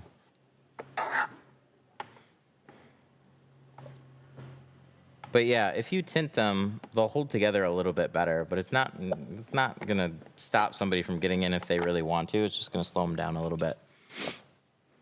It'll be like punching through a piece of paper rather than just like shattering and falling straight down. So they'll have to kind of like tear it apart a little bit. And between like the tint adhesive and the way that it kind of sticks together, it'll help a little bit. But there are security films. Not as much for cars, but they do exist. I installed a 4mm security film on a car before, but I didn't like it had a blurriness to it, like an orange peel, so I didn't keep it. But it was like a 20% 4mm security film. It was from Avery. It's way more popular over there though, because they're in Israel.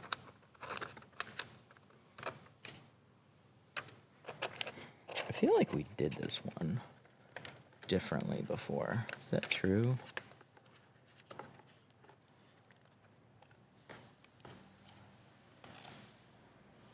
No, we did it exactly like this last time.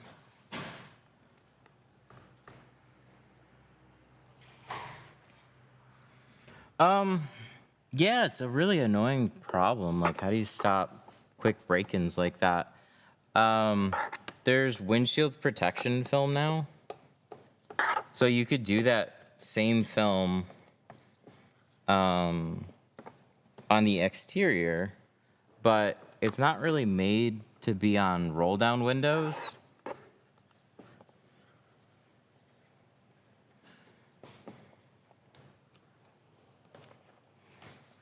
But I don't see why, like, you just probably wouldn't roll your windows up and down a whole bunch anymore. You'd have to use that feature sparingly or it's going to start scratching up the glass or the film. But you could. It's just not something that's common, but you could even do one that's almost a perfect square that fits just inside the seals so you don't really notice it unless it's rolled down. Like, there could be a whole process for it. It's just not common. But there's certain, we're doing this one. There's certain things in the way on like hatchbacks, like the spoilers and the wiper. It make it a little bit annoying to work around, but you know, people PPF full vehicles, so probably be easier for somebody that does PPF.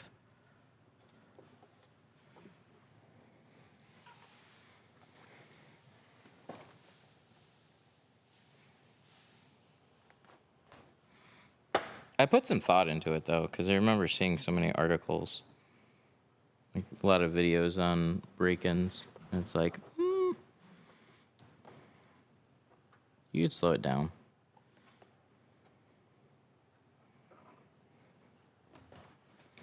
One quarter, good to go. So back doors, let's get those cut.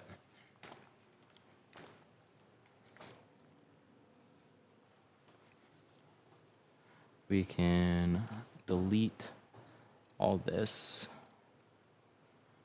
And then punch our back doors on here. We'll swap a roll and do the other ones. Everything all good? Cut.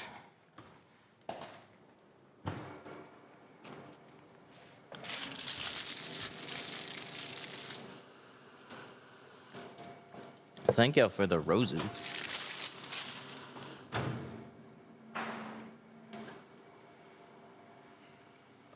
What did you charge? It's in a whole car? Depends on the film type more than anything for me. So a whole car with a windshield, we're typically 450 in carbon, 550 ceramic, and 650 or dual ceramic, which is what we're installing right now.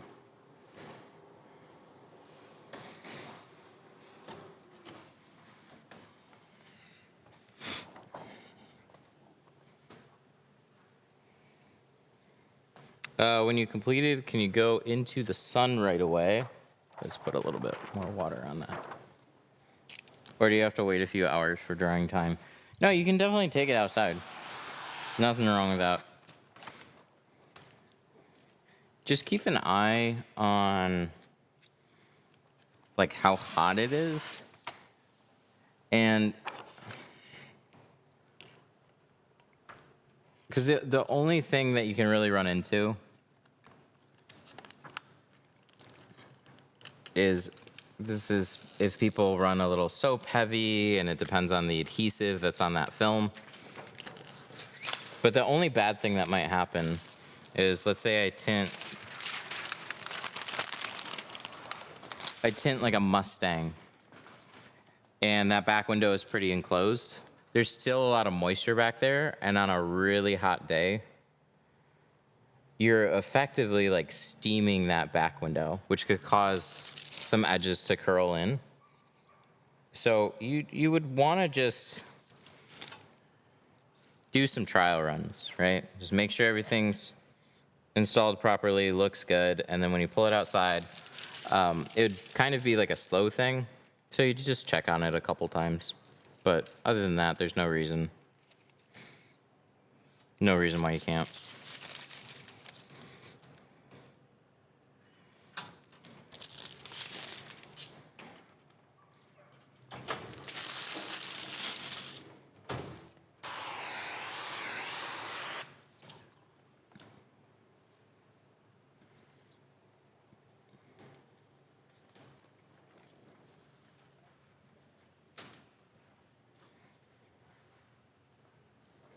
This goes on the other side.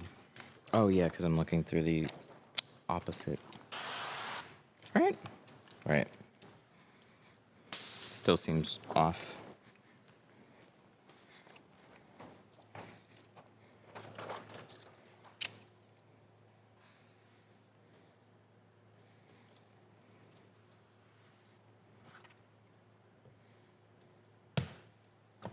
Do you take insurance claims for window tint?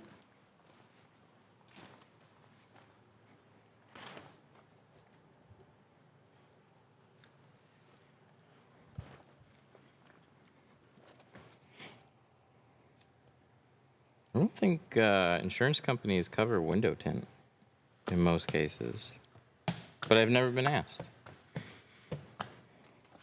So I've never gone through it. It is a thick tint.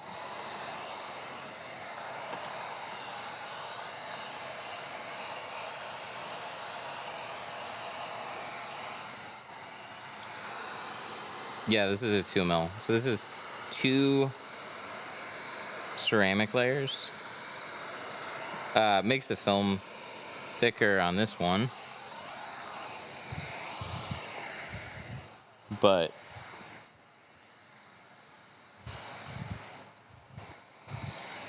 not all films are going to be 2 mil thick.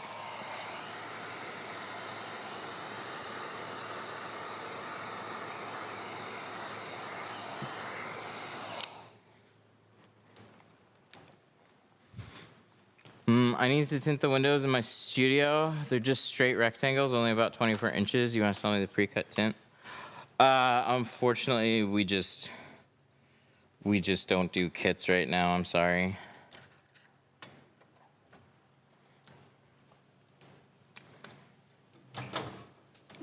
But look around your area. Find a local tint shop. They'd probably do it.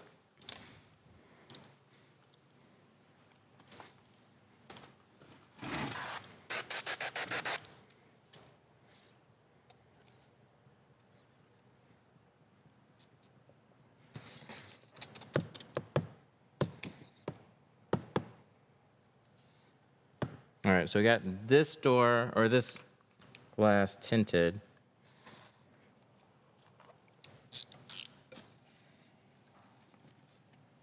a quarter window.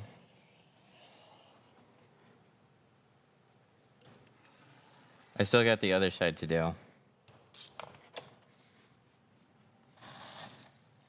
Yeah, if you get the exact dimensions, I'd just let them know. Try and make it easy for them, but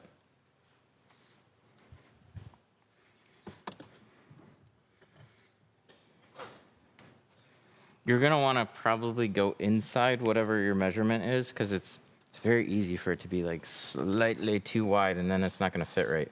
So you want it to be just slightly smaller, and then maybe have them cut one little piece as a sample, test fit it, because those frames, they can all be approximately one size, so you just have to undershoot them. Sometimes there'll be little variances and stuff.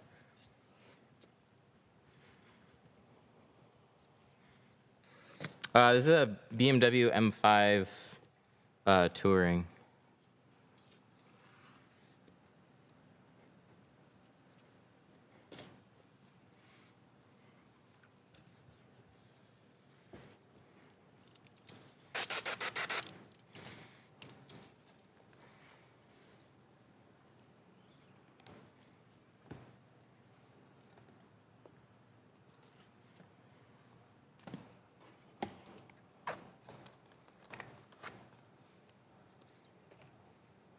My buddy had his windows tinted. I was hit by vandalism. The insurance company paid for the windows and tint. Oh, nice. That's cool. What insurance company was that?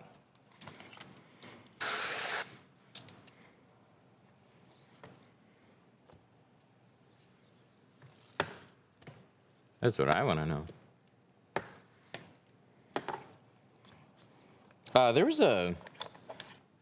There's a few things like that. So we talk about doctor's notes, but we don't talk a lot about more than like if you have one, then it's legal. But I always wondered if there was a good way to partner with local like skin doctors and eye doctors and just have like a nice referral program going. It'd be cool if it could go as far as being covered by insurance for like medical reasons, because Michigan, that's definitely the case. So I always wondered how far that could go, but never really looked into it too much more than that idea.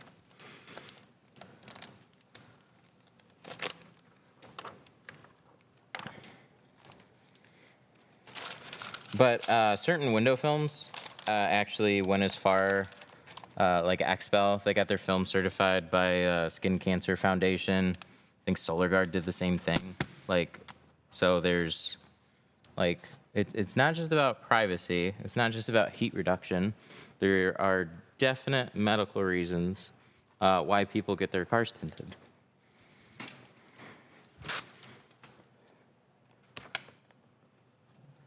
The sun is an irritating thing, and especially bad for some people.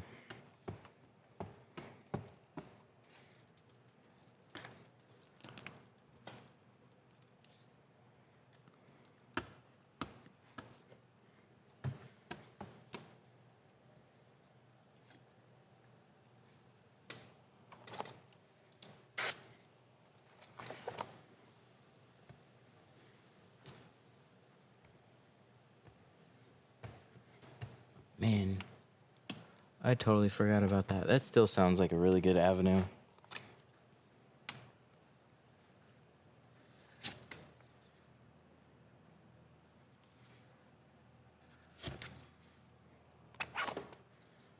Do your products ship to the UK? I'm unfortunately I'm only U.S. and Canada.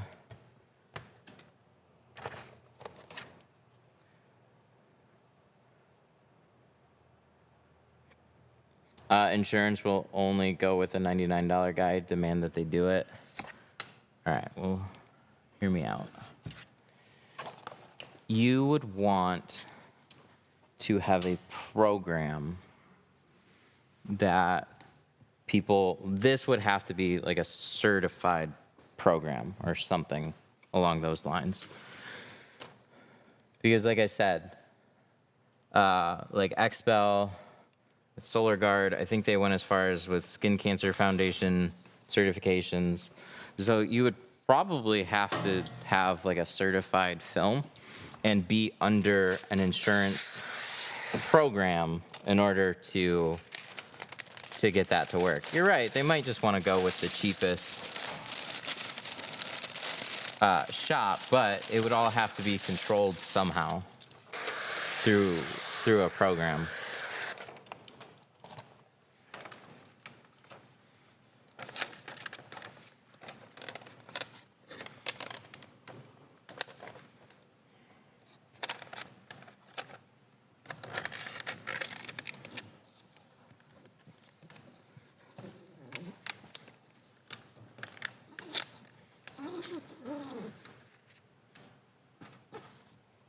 Sounds like there's enough there. I just haven't ever really looked into it though.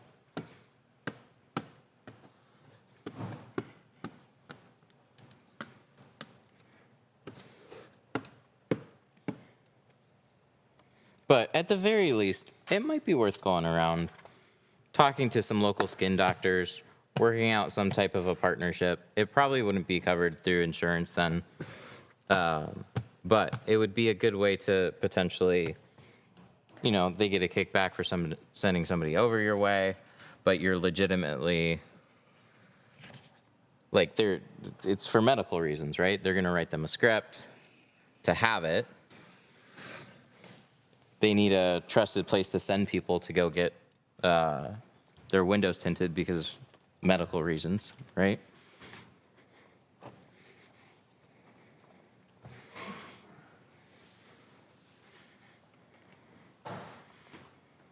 But in a state like Michigan, I think that'd probably work really well. We have that medical exemption.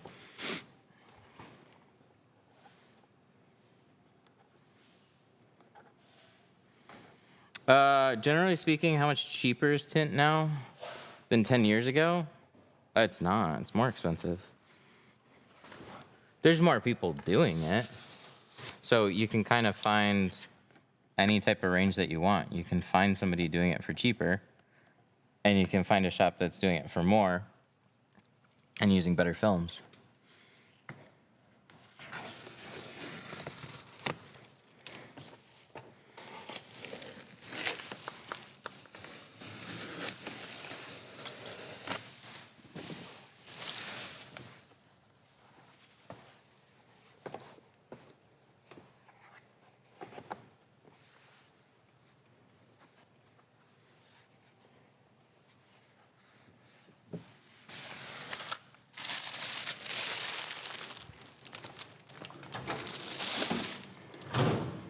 Somebody needs to explain social economics to that guy. Welcome to window tint class, your place for social economics. Let's go.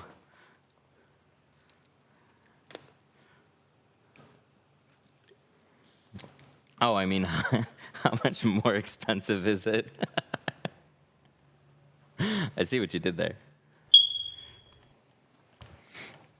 It depends. So, back when the dinosaurs were first tinting cars, you would generally hear a range of like $250, 200 to like $300, somewhere in there. You can still find guys doing them for those prices, and then you'll have other shops that can range over $1,000. So it just depends on really like the type of shop that you want to go to. Experience, shop, film quality. But your average tint job, I think for the most part, is probably going to be still in that range of like, there's probably far more people doing it for just like way cheaper though. But there's enough that are like, it's definitely not uncommon to get a bunch of quotes, and they're doing 300 to 500 without a windshield. What camera are you using? Just an iPhone. See, look at that. But it's going to the computer, so it's a little bit of a complicated setup. Let's get some new towels. I don't like all the colors. Look, I've got like literally the entire trilogy of towels here. We started with Costco. We moved to these gray rags a while ago. Now we got some purple ones in there too. And a GeoShield one mixed in there as well. Okay, so I got tint on that other side. So let's go over there with a quarter. Let's get these ones wrapped up. Shrink this one first here. In terms of film, how much per roll? In terms of film though, how much per roll compared to now versus before? That I don't know. I don't know how much film was when it first came out, honestly. I genuinely don't. I bet you, though, film is more expensive than it used to be. Like, there's more options. So, early on, your options were dyed, and then metallized films came out. And that was it for a long time. Now you have carbon and ceramic films, and you still can get metallized and dyed films, and higher quality versions of them. So, again, it kind of ranges. You can buy a cheap roll of film. You can find a roll of film for $100 or less.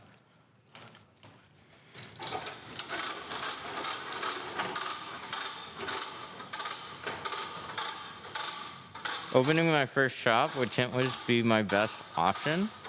Tintwiz is a great option, but it depends on what you're trying to do. Tintwiz is a shop organizer.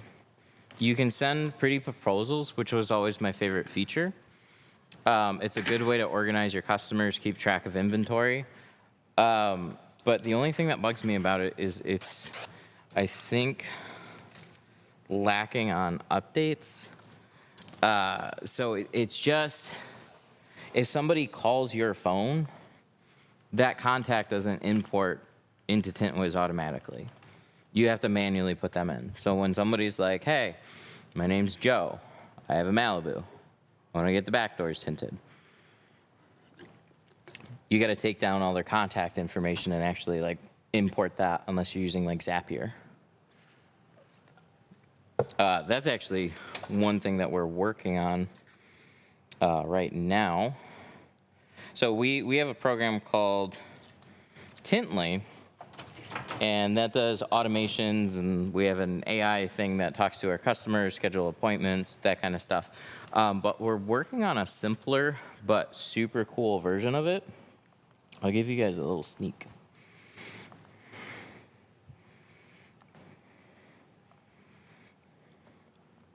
So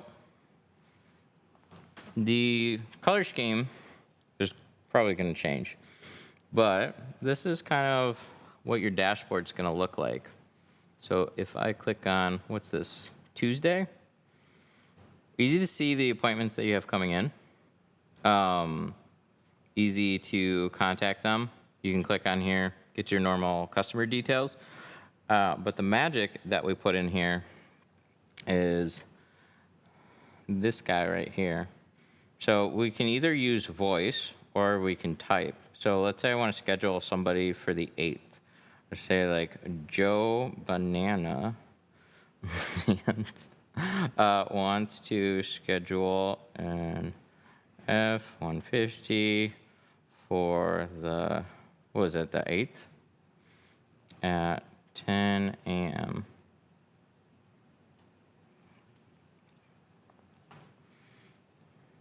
What service? Front doors only. Front doors only. Yep, I said the time already.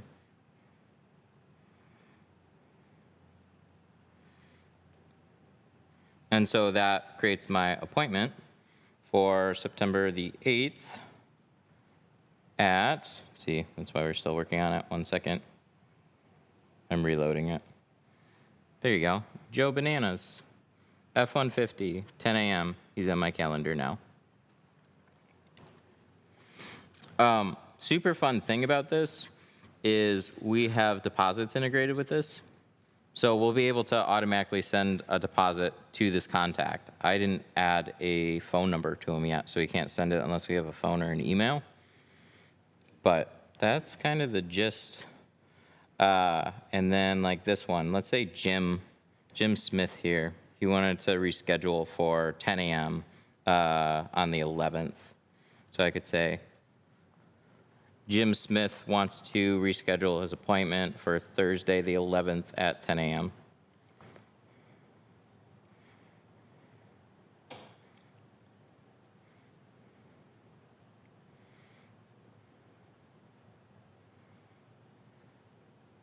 Ah! Did it do it or did it fail? See, there's the bugs. That's why we're working on it. Oh, it failed. Maybe next time, though. It should have rescheduled this to 11. But that's the idea here. We can move around appointments. We can talk to an assistant. And we've basically taken, like, all the annoying parts of using a calendar and just tried to streamline it. You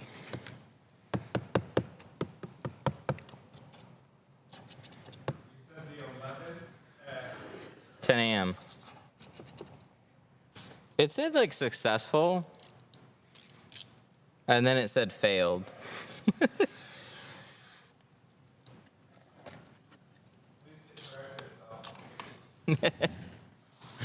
It worked. It didn't work. Just kidding. Hey, you tried to schedule an appointment from scratch? Yeah, I did. That worked. No, like manually, without the AI. Oh, yeah? Oh, okay. All right, let me install this window. I'll try it.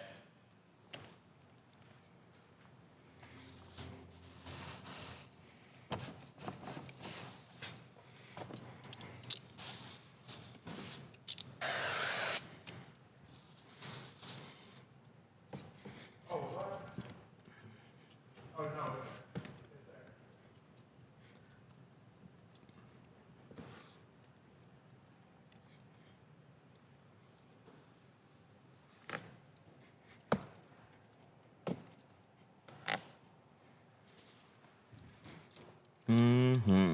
Towel.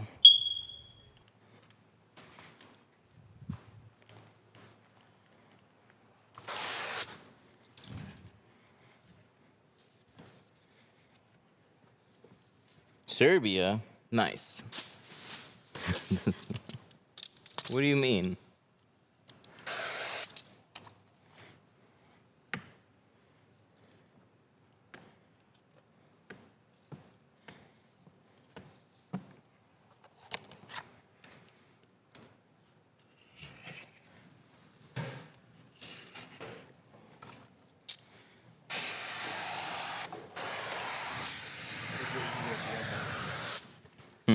You can change the price, whether or not a deposit's required, and then it just does the total rate from here. There's no pop-up anymore. Oh, that's nice. Yeah. So it pre-fills with your service, your standard service price and standard deposit. But then you can modify it. Change it to whatever you want. That's sweet.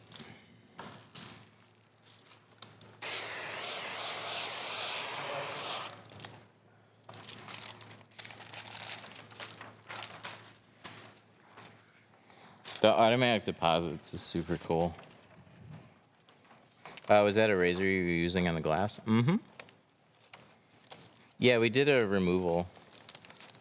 So we want to make sure all the glue is taken off of it.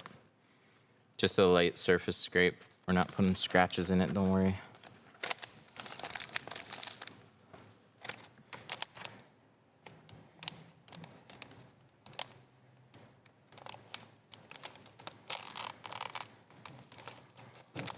Okay, that's comical. That's automatic link to a Google review? Yeah.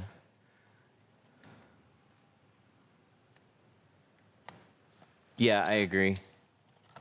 So we're probably gonna build, or we will. We'll have a pretty standard, like, schedule an appointment, Shoot them a deposit request if you want to do a deposit request. You'd have your standard appointment reminder. And then after the appointment is completed, you could absolutely click a button and send a Google review.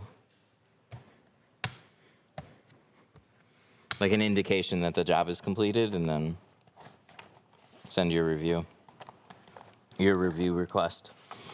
What's really cool about the deposits, though, is you can also take payments right after. So, like, we have a deposit link built in through Stripe.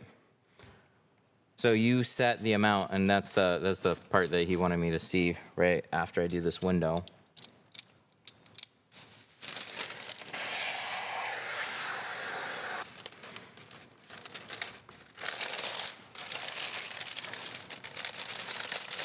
But let's say I'm scheduling a full car.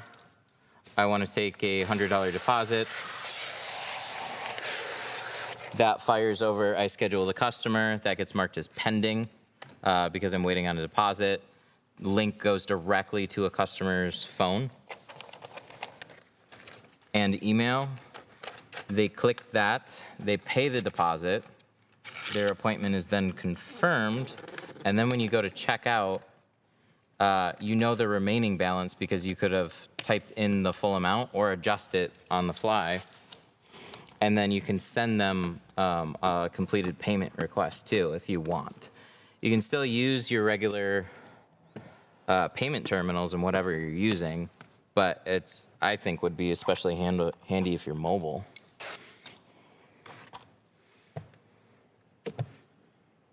I mean, I know you can just accept payments on your phone right there. You just type in an amount, click, and then they take their card and boop, or Apple Pay or whatever.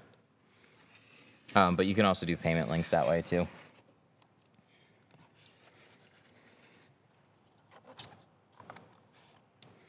But yeah, super easy way to get deposits.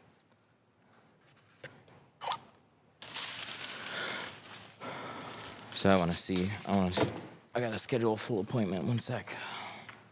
Let's wipe this down. Put this over here. I just had a tint job done. Not sure I like how they leave a gap between the top of the film and the window edge. Is it like just a little one and consistent, or is it like pretty massive and wonky looking?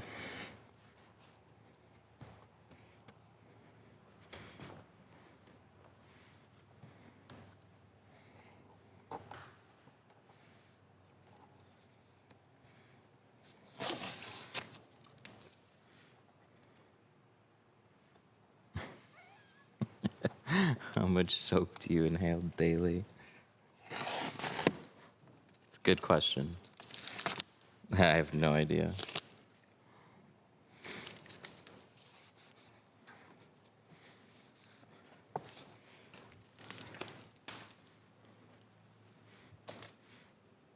Two millimeters kind of varies. So it's normal to have a small gap, and as long as it's consistent. But you can get very, very close.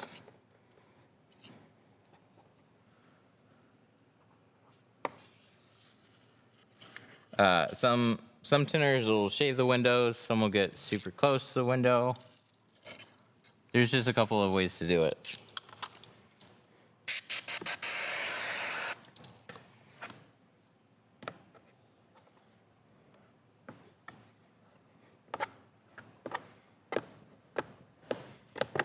Pro Classic and Pro Nano price-wise, typically double. You can just check on the site though. Like a full, bigger roll is basically going to be double the price of Pro Classic. Not quite double, but up there. Like 4.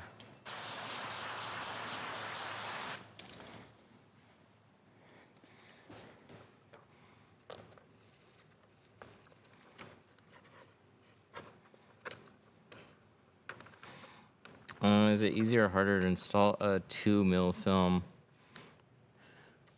If you're talking about like a back window, sometimes a little bit easier because it just holds firmer. But when I'm trying to tuck it into like a door, it's not as flexible. But it's close enough to 1.5 that it doesn't really bother me. Not unless the door is maybe like super tight and I just don't have much space.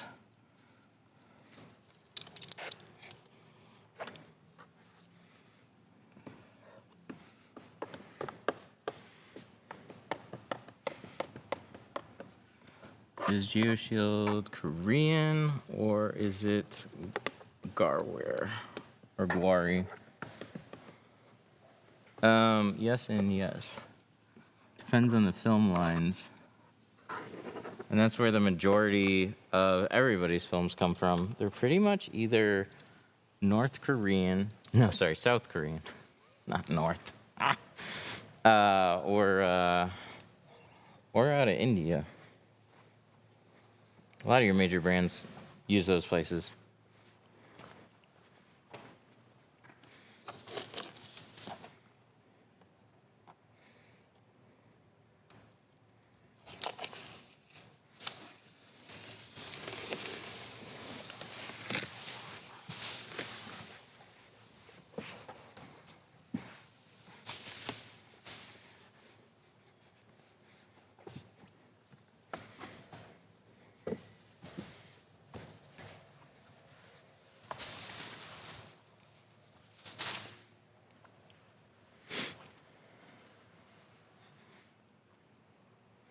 All right, I want to check this out. I'm going to reopen this. We're going to pick today, right? Today's the 5th. Schedule an appointment. We'll do it from scratch. So, I got somebody that wants to do, let's say, a full vehicle. They're standing in front of me. His name is Joe. His phone number is, oh, what phone number can I even put down? What's our shop number?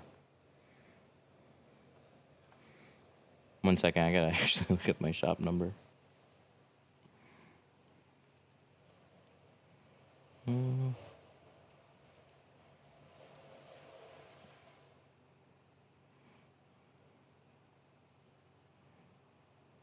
Okay, 313-351-8708.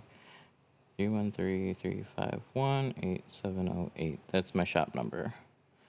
So we're going to say yes. We're going to type in the vehicle. We're going to say a 2025 BMW Touring. M5 Touring, right? We'll say this one. That is an M5 Touring. So we're going to say this one is pending. It wants to schedule for, let's just say the 10th at 9 a.m. Sounds good. Service price, $300. That sounds great. I want to take a $100 deposit on it. And then I would click schedule appointment. The nice thing is, like, let's say, oh, because it's a BMW, I'm just going to upcharge. I'm just going to type in 500. And I still want to take a $100 deposit, but I could change the deposit amount if I wanted to 75. I found one issue with it already. Okay, and then we're going to click schedule the appointment. So, what day did I set that for? Next week?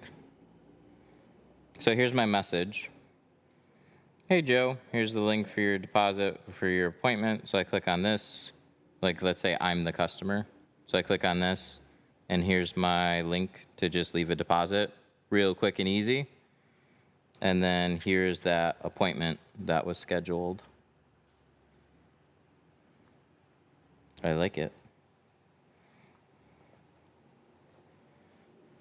I like the deposit part so much. That's so easy.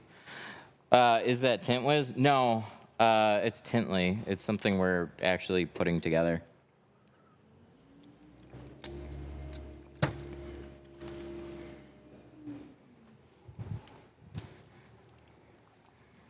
So here, let me try this. So Joe's coming in on the 5th or on the 10th at 9 a.m.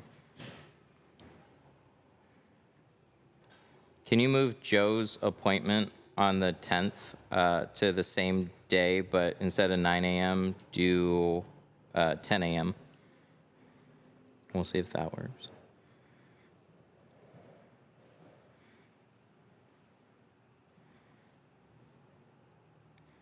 We'll see if it does it. I'm nervous.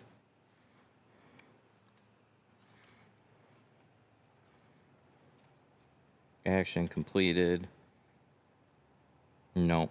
I don't think it moved it. Yeah, there's a bug there. But I know we've done so many other things. So it's scheduling them. It's not moving. Yeah, he's still there at the 9 a.m. So we want to make, what we're working on right now is we're trying to make scheduling deposits super easy.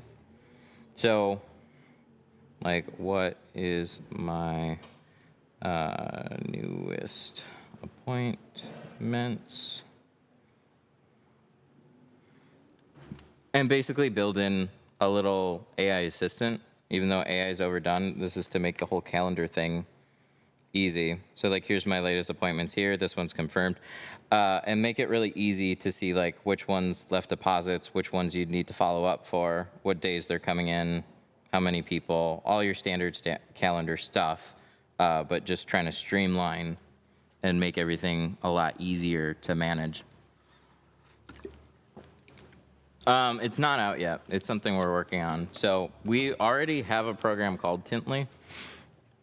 But we're going to rename that to Tintly Pro, and that's basically the big suite that we have. That one is going to be a very streamlined calendar app, and we're going to have a free tier, and we're going to have I don't know, it's going to be under anywhere from like 20 to like $30 a month, I think, starting out.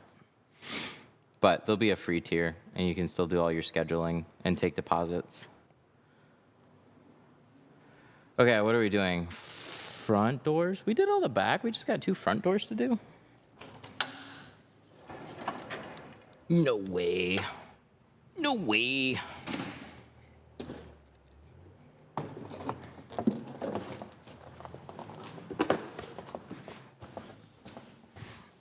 Digging the wagon? Yeah, this wagon's super cool.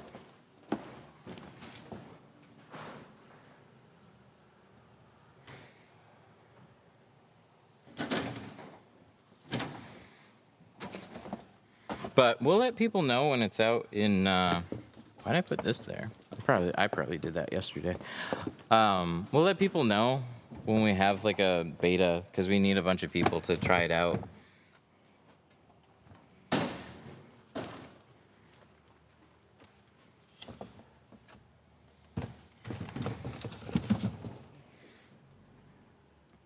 And we need the 50.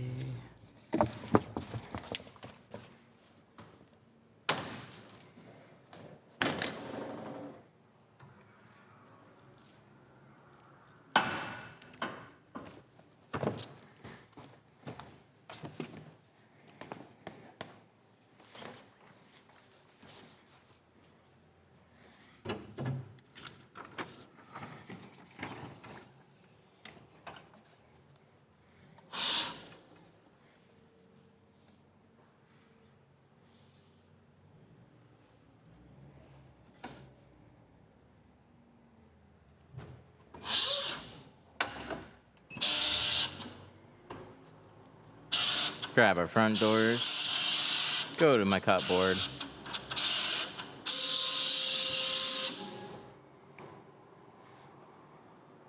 It's 36-inch roll this time. Little less room. Click cut. Nice.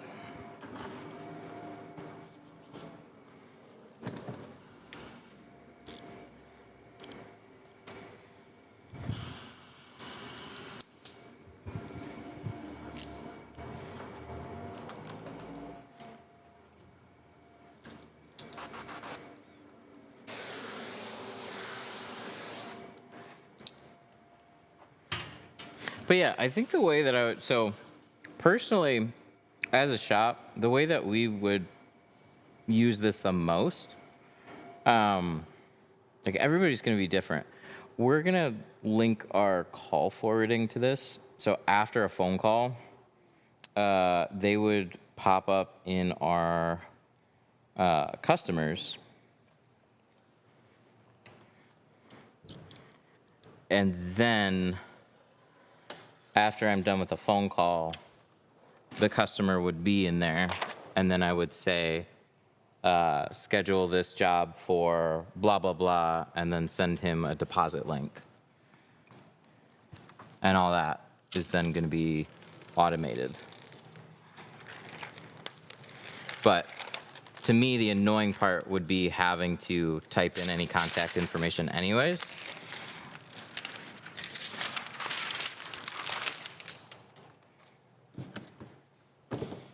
So after a phone call, what's been nice about the Tintly suite that we have is that it automatically transcribes and records all that. So we don't have to like write down customer information like ever. We've been spoiled with that for quite a while now. But this will be a stripped down version where you basically get a very streamlined calendar and booking appointments app is really what it's going to be.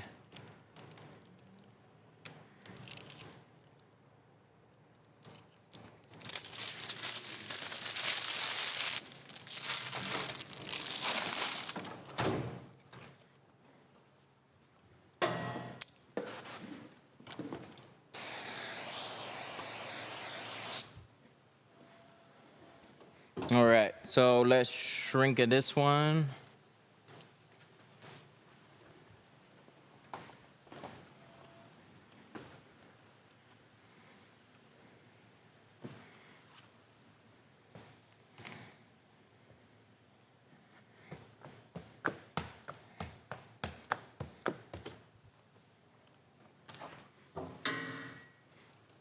It's a jib. It's a good jib. I learned from my dad's company actually. So I just happened to be there. I was doing detailing and learning some other auto accessories. So I had some light experience replacing windshields and door glasses. Did a fair amount of like your standard like tonneau covers, step bars.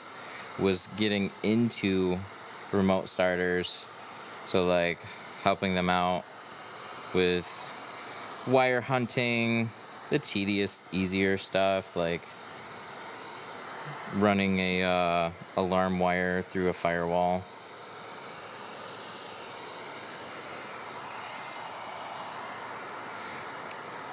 But we had a window tinter, and a company right next to us scooped him up, and then we were left without a tinter. But my dad, he had a business partner who knew how to tint, or his son knew how to tint, and he taught me over the course of that summer. And I was going to aviation mechanics school at the time, so I finished school while I was learning how to tint, and it was just easier to make money tinting, so that's what I continued to do. But I kind of just like picked aviation mechanics because it would just like fell into my lap. It was just like, it was there. Trade school was nearby, seemed like a cool opportunity, and then paid for it. And then I started talking to more people that had been in the industry, and I asked them how it was, and they said, oh, it's bad. I was like, oh, shit. But since I paid for it, I finished it, and I just kept tinting. Glad I did.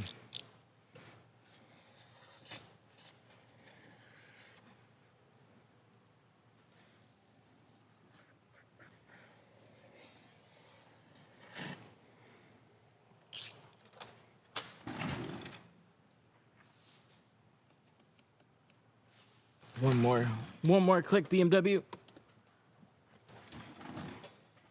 Oh, we gotta wipe this off. Hang on.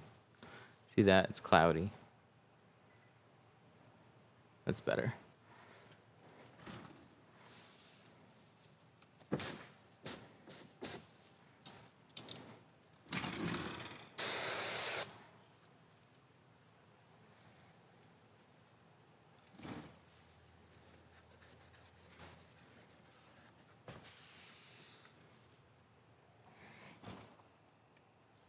What was that?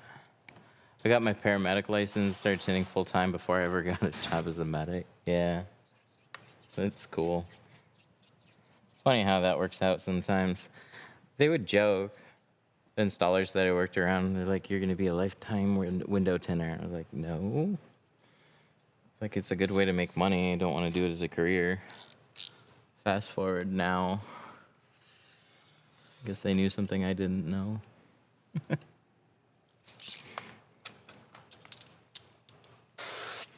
But if I didn't find a way to have fun with it, I would have 100% gone into something more technical and just different. I just didn't know really like where to get started and where to go.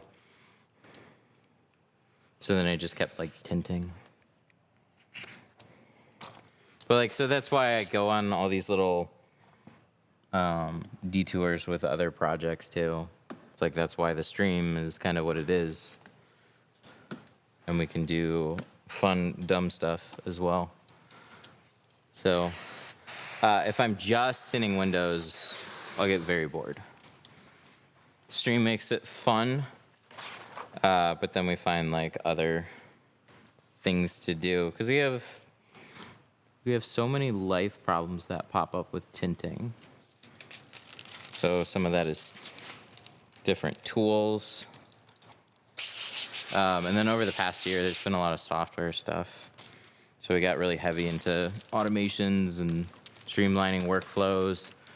That's been a lot of fun.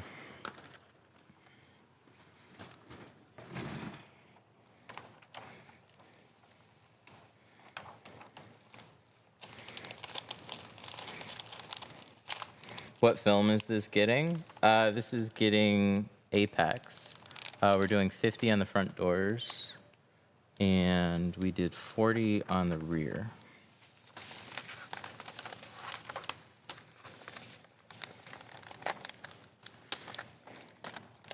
What up, dude? Yay. Angel. Angel with the 10. Thank you. Really appreciate that. That's a big one.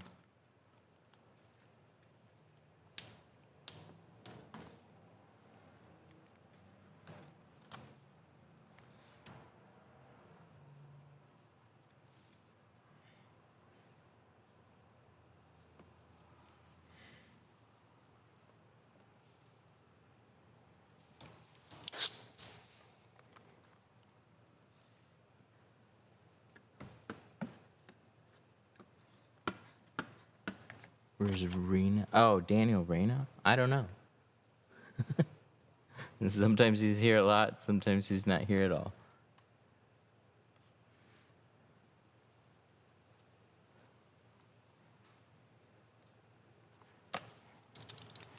You guys are my little slice of home down here in Georgia. Oh, thanks, man. I appreciate that. While you're here, so I'm working on a community as well. Like we have the Facebook community.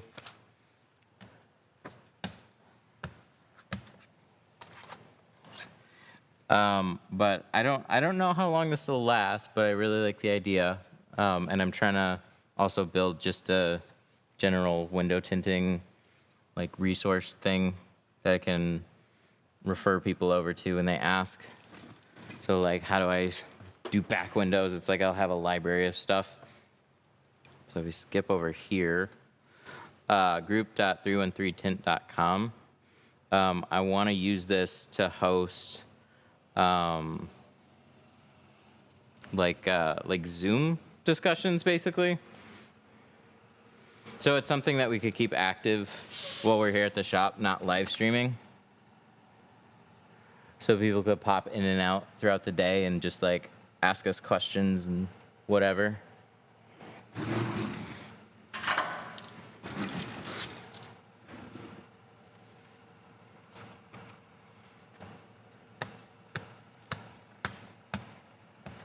Looking good.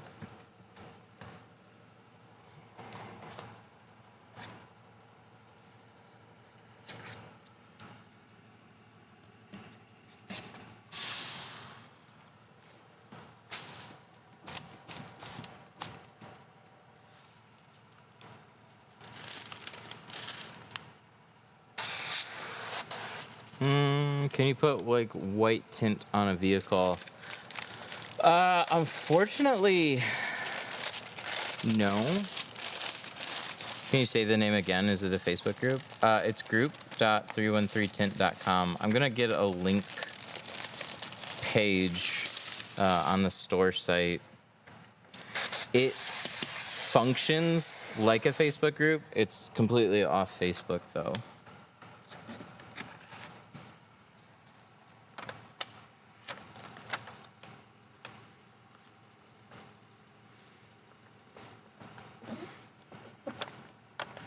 Ooh, that's tight.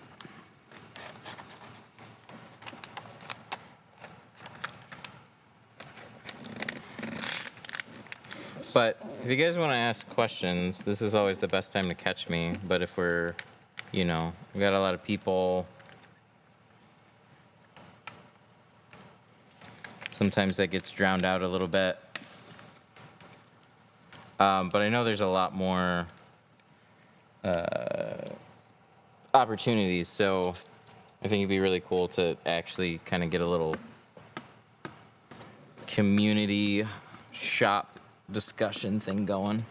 Sounds fun.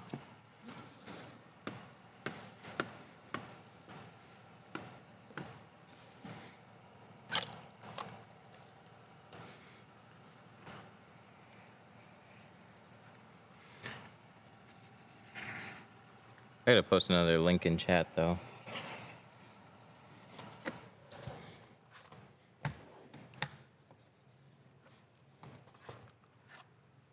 Any tips on how to start peeling the film off the tint?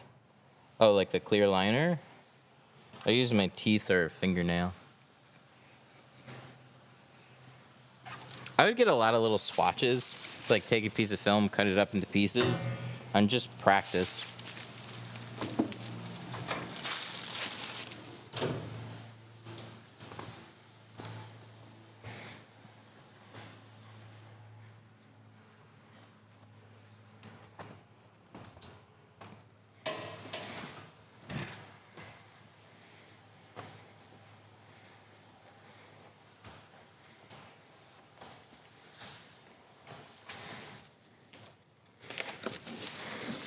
How do you use your teeth? I'll find like a very corner of the film and I'll just shift it a little bit.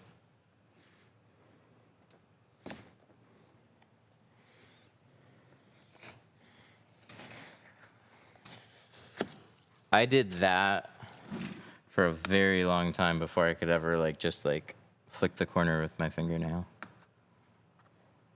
But yeah, sometimes it's really obnoxious to try and peel tint.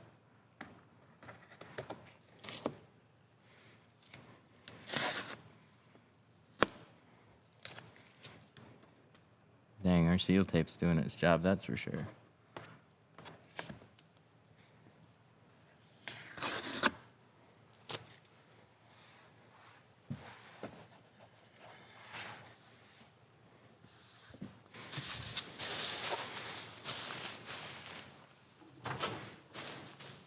What percent are you doing? So we did 40 on the rear, and we're doing 50 on the front. And then we got 70 that's already on the windshield. This was a car that we had tinted before. He just wanted to go lighter.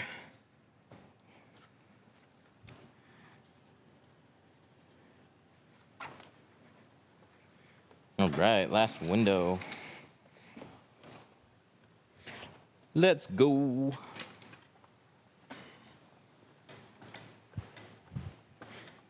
Oh, I got a stool on this side. Wah, wah.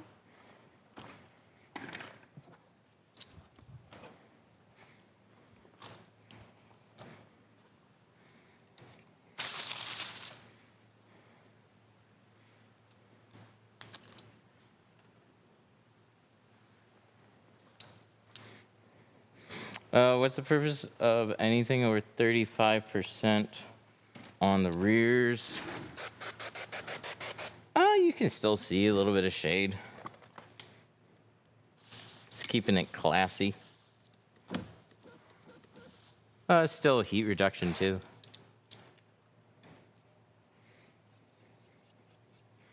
What two squeegees would you recommend starting out for tinting? My two favorites. The Pink Clean. What's this guy? That's this guy right here. And then there's the Hybrid. Hybrid is an orange and blue squeegee. I usually have that one on hand. I'm still trying out a squeegee blade that I can't really say. It's just a pretty nondescript. It's not mine. It's somebody else's.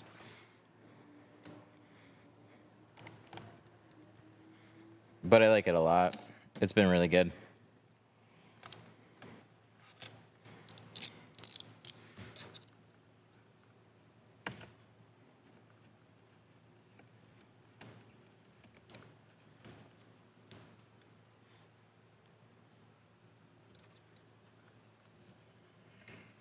I compared C2 and C2 ceramic and solar guard vortex on a heat lamp, and C2 is better. Really? That's cool.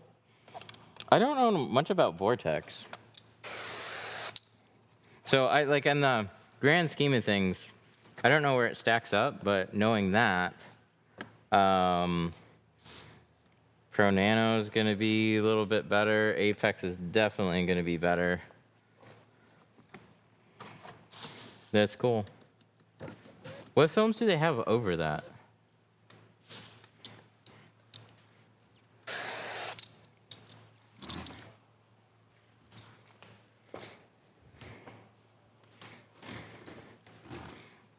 Any tips for shrinking a windshield with super aggressive curve?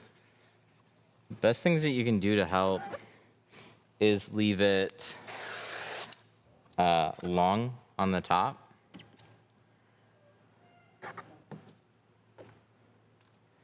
And then do a little bit of pole shrinking.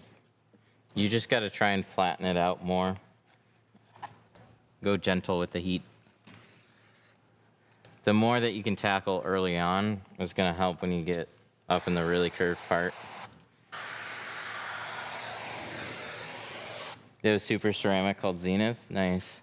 They have like 12 window films. It's like something insane. Oh, I forgot to put my film over here. Here, I'm all ready to install it. I gotta shrink it real quick.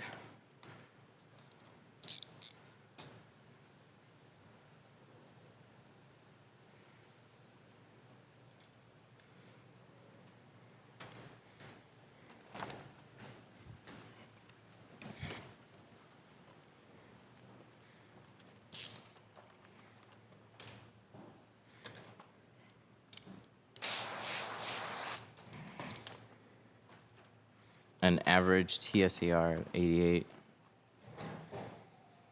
TSER or IR?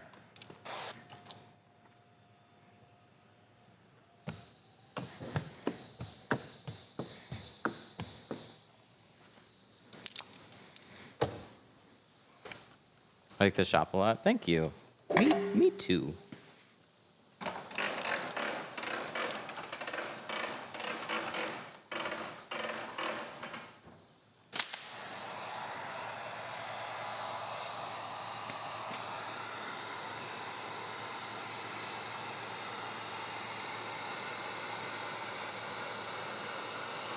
Here, I'm all ready to install it.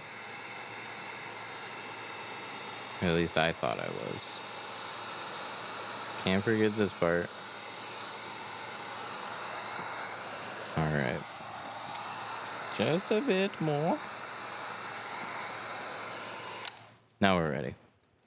But to be extra sure, and because I'm slightly OCD, I'm going to first take care of this little booble before I miss that. I'm gonna sweep this off one more time. I'll do this every time. Doesn't matter how many times I've cleaned it. If I get distracted and I'll walk away from a door window for a little bit, this is basically brushing off any airborne dust that might have like floated and stuck to the window while it was sitting there. So this is my surefire way of trying to make it as clean as possible. And then you can literally like just count the seconds. So exposure time is like squeegee the window off, peel my film, and then we should be basically on the window within like 15 to 30 seconds. This is why I'm overall like less worried about environment stuff. Like you don't want a lot of things floating around, but you don't, it's sometimes hard to have control over that. But what you do have a little bit more control over is like if you have a garage door open and you just feel a cross breeze, shut your garage door. That'll help because it minimizes airflow. And then when you peel your tint, just don't take a long time getting it on the window.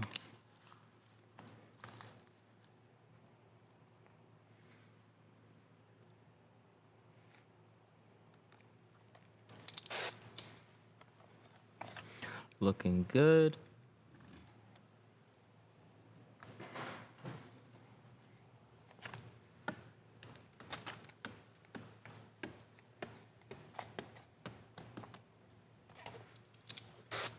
It's crazy. My install is so much cleaner two-staging than bottom loading. Why? I think it has some more to do with what you're familiar with than anything. You're just way more comfortable doing it this way, which is like often why I continue to do this.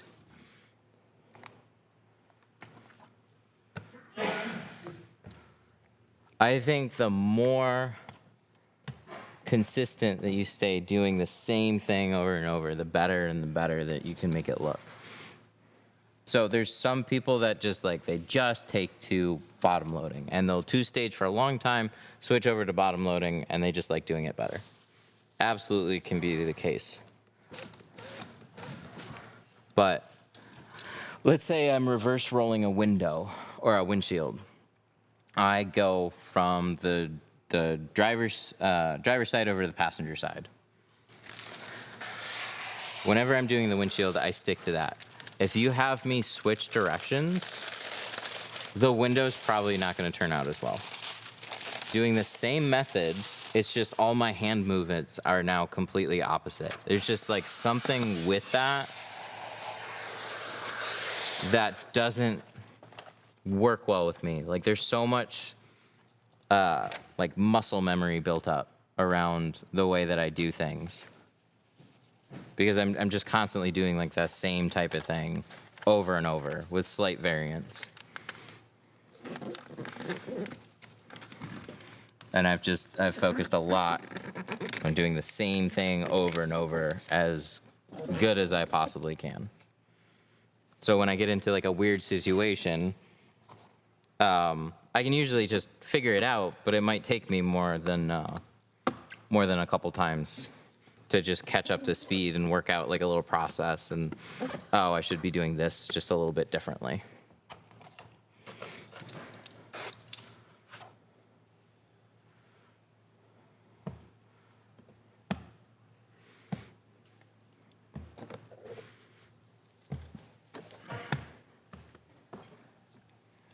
What's the of your film? It's a 2 mil film. This one in particular.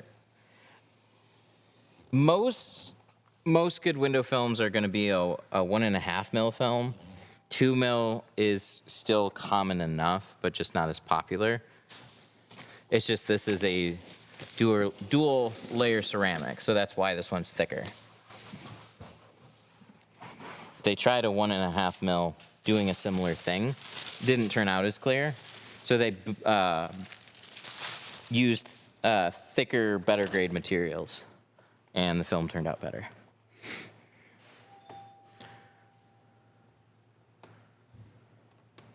So this is GeoShield's Apex film, but we regularly install their other ones. Those are 1.5s. I don't really like 1 mil films though. They feel like tissue paper almost. But I started with a 1 mil film. Does the affect the quality? No. No, but yes.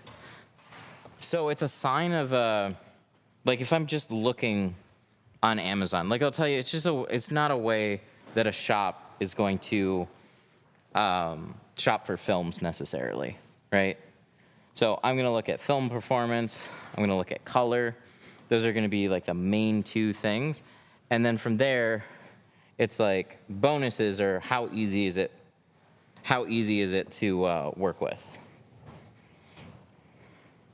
But I'll install a film that's a little less easier to work with as long as price point's good, film quality is top notch, and I know I can trust it long term, like those types of things. Guys, we fucked up. We fucked up real bad. You wanna know what happened? You wanna know what happened? When I was doing my removal earlier, I remember it went, you could literally rewind it, it went, ch-ch-ch. And so I can see a couple of little glue lines there. So as pretty as this window looks, we gotta take this one off.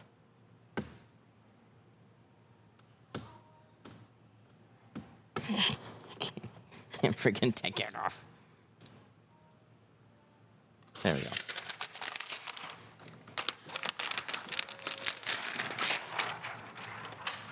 How do you fix that? That's how you fix that. You gotta start over. So I gotta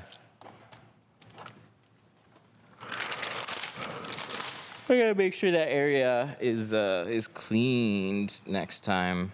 I took a blade, lightly scraped over the window, just did like my usual rough clean. I forgot about the little glue there. It's easy to miss. It's easy to miss with that stamp.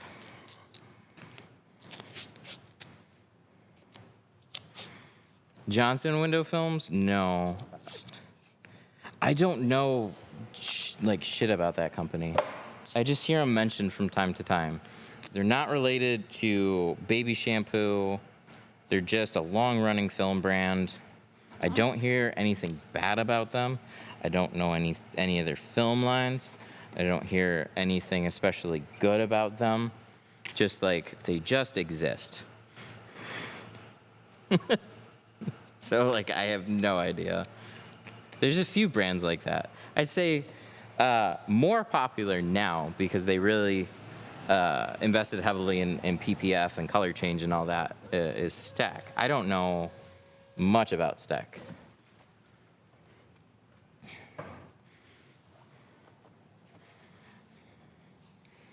What about Tint-X? Tint-X is just the cheapest film that you can find with a mentionable brand. And they're not going to be called that anymore too. So they're going to change for like the third time. What type of tape are you using on the felt? It's our seal guard tape. So there's felt seals on this one. And to prevent all the little hairs from falling in, I did that. All right, now what do I do? What do we do here? This is a 50% roll. And I don't really want to flip it sideways. Centurion? It sounds like a white label brand. You'll have like your major film companies, and then you have a lot of random film brands. That is another one that is just a random film brand. They're not going to be owned by any major Amazon United brand. See, could be. I have no friggin' clue. How have you felt about Computer Cut? I'm using Core. So that should tell you something. Overall, I would 100% feel comfortable recommending it as an alternative for a couple of reasons. But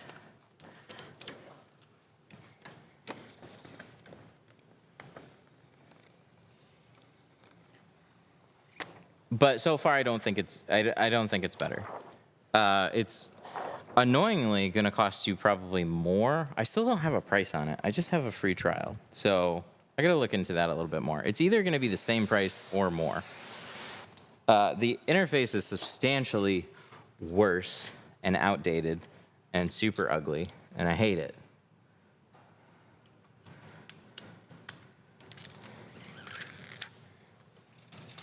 The patterns, we haven't done too many side-by-side comparisons,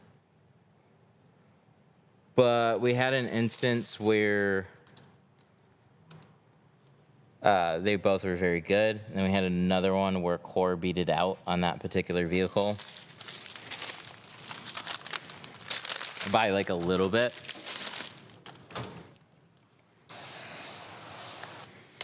So overall, what I care about most is going to be just pattern quality.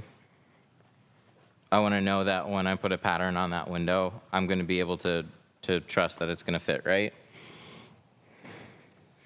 And the more oops, misses that I get, I just go back to hand cutting. And then people ask me, why don't I use a plotter? So with Core, I've had a lot more W's. So I'll give it some more chances, but after that trial, I don't expect I'd pay for it. But if this was a hard option for somebody to get, which it's become harder, which is why I looked into that, I want an actual good program, like patterns, that I could recommend to somebody. But being new to cutting out patterns, you're going to put that other software in front of somebody, and it's just going to be completely foreign. It's just like, what the fuck is this? Their patterns are very long and hard to two-stage. Somebody said the cut-to-gasket ones were a better fit, and they still tend to go below the gasket. But yeah, I used the longer patterns the first time, and yeah, I completely agree. I ran into that.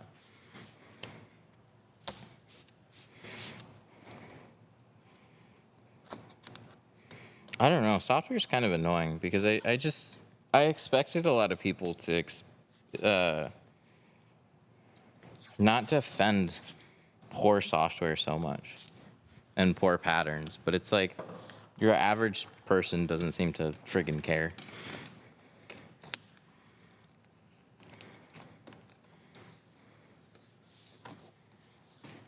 I've heard so many excuses for like other softwares that, like, I've tried patterns. They're just not great.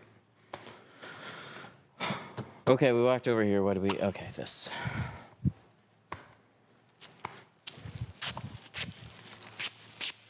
Did you buy the electric sprayer? No. No, I don't have an electric sprayer.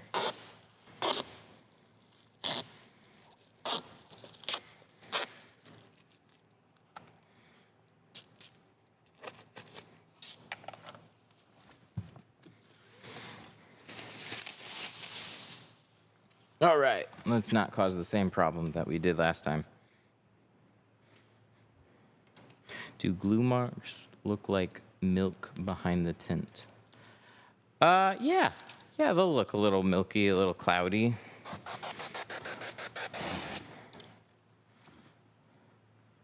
Are you having like an issue where if you slide the film, then you notice like a couple little spots that seem like they grabbed the window or something? Or are you removing film?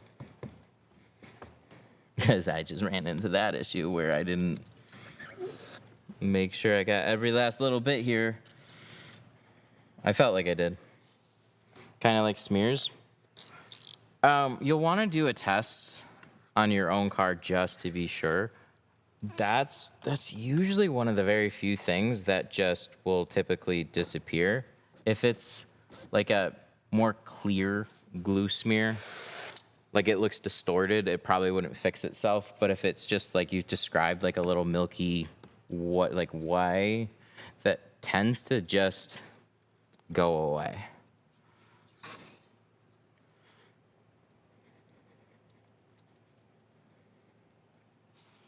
But I'd still try and just replicate an issue on like your own car so you can just keep an eye on it.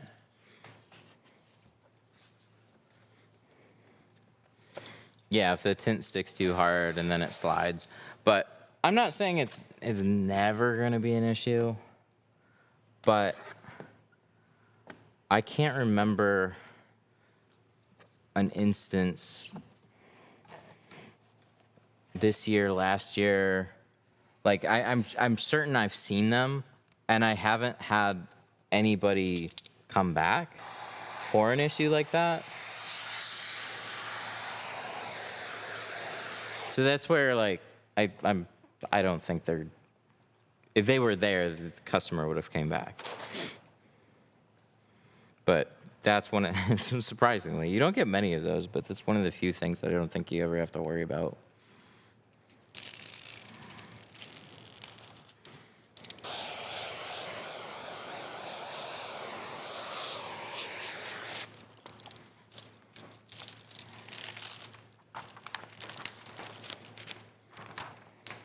I feel like when I use more soap, I get more of those. That's possible. Some of these issues are really hard to like iron down on like what is actually causing it. I mean, one thing kind of related to that is like I will use a fair amount of soap, and what drives me crazy is when I'm doing this right here. And then I sneak it like into a seal area, and then the pattern just wants to like freeze. And I can almost guarantee you, oh no, it just worked. On the last one, it like froze. It'll pick one spot. The rest of it will slide, and it'll pick one freaking little annoying spot along that line, and then you'll shift the film, you'll move it, but it'll still grab in that one spot until you like rip it out of the corner. That drives me crazy. I'd like less of that. That's the worst. It's so stupid because you're just trying to butt it up to the top edge. Like there's no good reason for it. It still happens to me.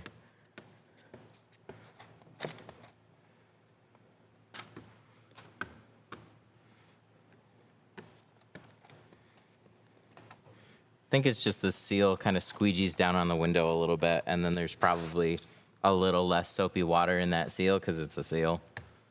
And then you just get stuck.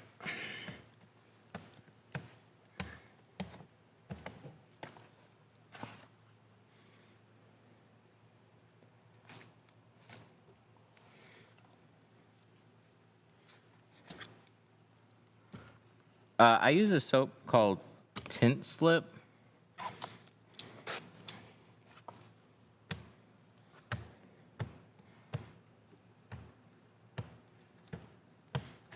We had to make it, so it's a bit of a partnership with GeoShield on that one though, because I helped them. They'd send me samples. They're like, "How about this?" And I'd say, "Make it stronger," and then they send me another sample, and I'd give them feedback on it, and we just worked back and forth on it for a while. And I basically took what I liked about baby shampoo, and we juiced it up,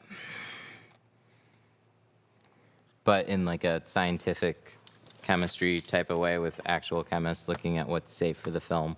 So they didn't just take a bottle of baby shampoo and make it extra strength. But I used baby shampoo for a long time.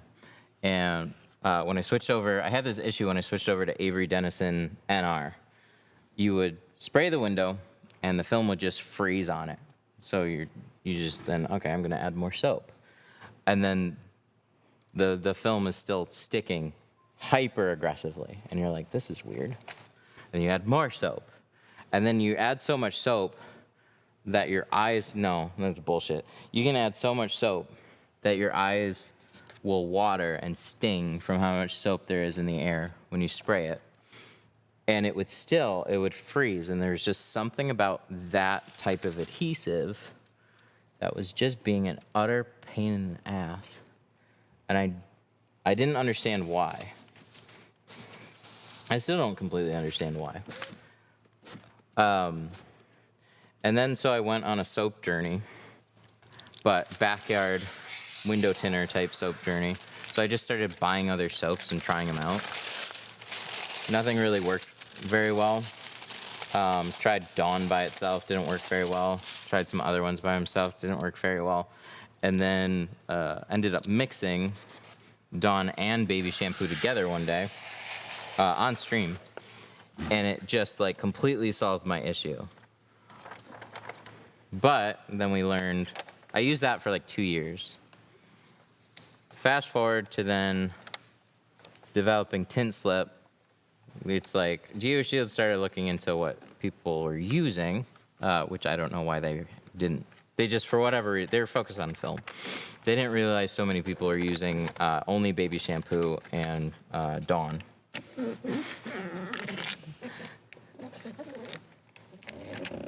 But they're like, baby shampoo's fine. Don't use degreasers on our window films, though, because it's just, we can't guarantee the adhesives aren't going to be unaffected. So degreasers for window films are kind of a no-no, but I got really pissed off because I'm like, okay, well, what fucking soap do I use now? And they're like, oh, well, just use all-type. Just use the slime. And I'm like, I've tried those. They don't work very well. They stick super aggressively. That's why I'm using this. And then we went down our soap journey. So I'm using tint slip, and I'll be honest, I still want to make it a little bit stronger. They're just scared of making it stronger. It can take it. Just use less. You make stronger soap, you use less of it, right? So right now we're using 1 ounce per gallon. That's a pretty good ratio for their films. I find I don't really often ever have to use more than that. But I always stay on the heavier side because it'll sometimes just pick a little area and then want to like freeze up for no good reason. Drives me crazy. Watching this makes me want to tint my windows. Do you want to hear more about soap?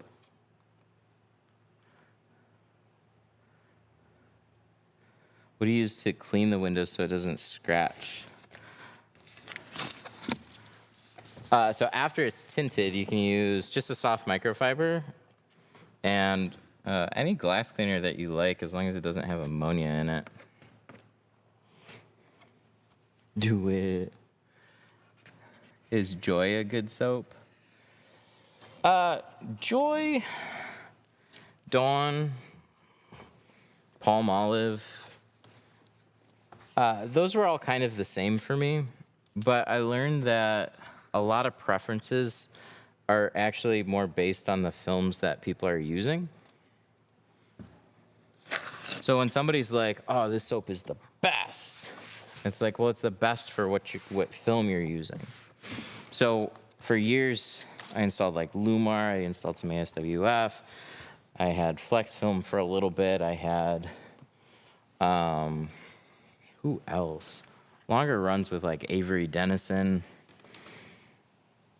And I could use baby shampoo with most of them. I never questioned using anything else. Like I could use Dawn.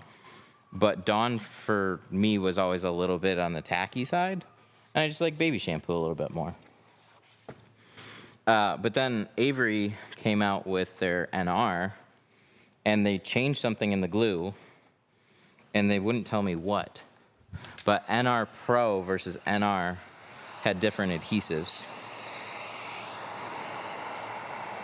And they're just like, oh, it's just different. It's like, yeah, but why does it stick so aggressively? It's just different. Okay. That doesn't really help.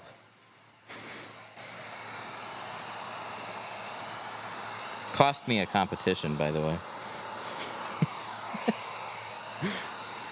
I can't blame it 100% on that, but it definitely impacted it.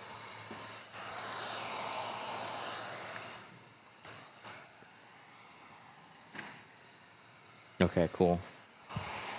Looking good. We don't have that glue spot there anymore. That's nice. What do you use to scrub the windows before putting on the tint? Either a tri-edge scrub pad, but I almost always use a 1-inch razor.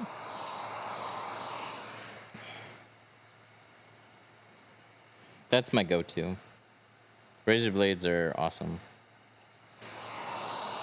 You're not scratching up windows. They're perfectly safe. Wet the window. Lightly scrape the surface. And what's nice about a razor blade is if there's like any bigger dirt, like you can feel it more. You can hear it scratching stuff off if it runs into it. But the thing about a scrub pad is like I could go over a spot in the middle of the window and not realize it. Because it like suds up the window, I can't see it as well, and then I can't feel the glass either.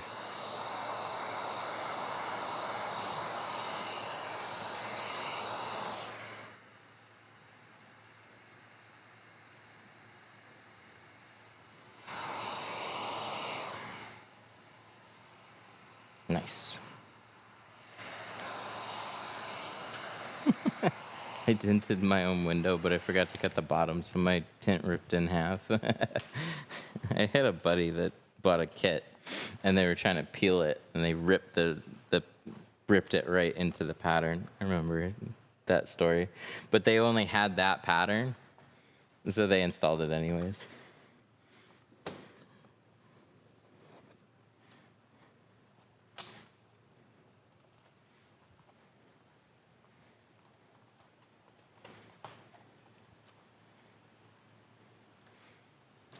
I'm trying to learn how to tint, but I'm just wondering what tint brand is best for clients. I mean, GeoShield is a solid choice, and they have quite a few films in different ranges. So any of the films that you buy from them are going to be a nice choice. Your carbons and ceramics are going to have a little bit more performance. What that means is they're going to block a little bit more heat. But any of their films are going to give you a really nice look, privacy, longevity, anything that you would expect from a tint job. Everybody gets so caught up in talking about ceramics and performance, and it almost makes it seem like every other tint is terrible. A regular film is perfectly fine as long as it was made well. There's still plenty of people that like genuinely do not care about heat rejection. It's just really like the one thing, the one major thing that we have to tote about. Like, why do I get a better film? It's like heat rejection, really. Better materials, obviously. But if I have a well-made dyed film versus a well-made ceramic film, and they're side by side, both of them are going to look awesome.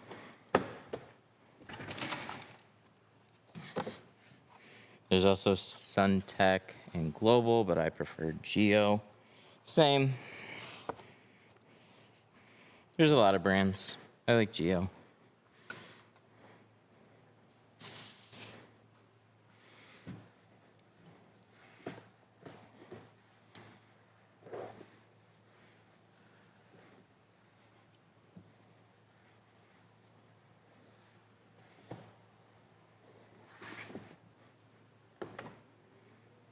If I felt like I was gonna get a higher grade of film, I would go with a different brand. I don't feel like I'm gonna get a better film. I'm gonna be paying more for a roll of film and be getting branding that may or may not work for me. I think the only real brand that I think is doing any substantial amount of work for a lot of different shops is probably going to be Expel. Lumar is a close second to that. SolarGuard's tint costs twice as much. Exactly. And SolarGuard's brand's not doing anything for you anymore. Bigger in the flat glass space, though. And I'm not saying they're a bad company. It's just like they let other companies come and eat their lunch.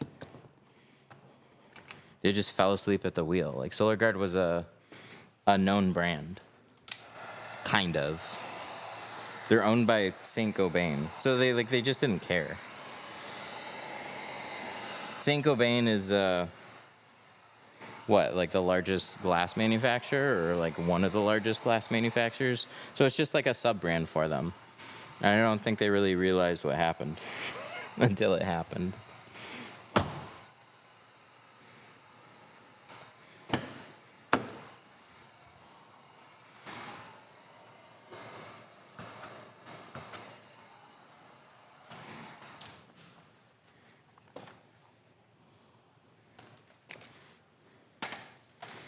.3M's probably also, like, you want to talk about like the main three brands. So like if I'm just, the only place that I really know to go to see like a general customer discussion about window tint is like Reddit, where you have people complaining about bad tint jobs and wondering what film to buy. And they almost mention the same three films every time. It's like 3M, Expel, Lumar. They'll somewhat, like if they got a quote for something else, you'll hear it mentioned. But on like brands I hear the most are those. Expel pretty much by far.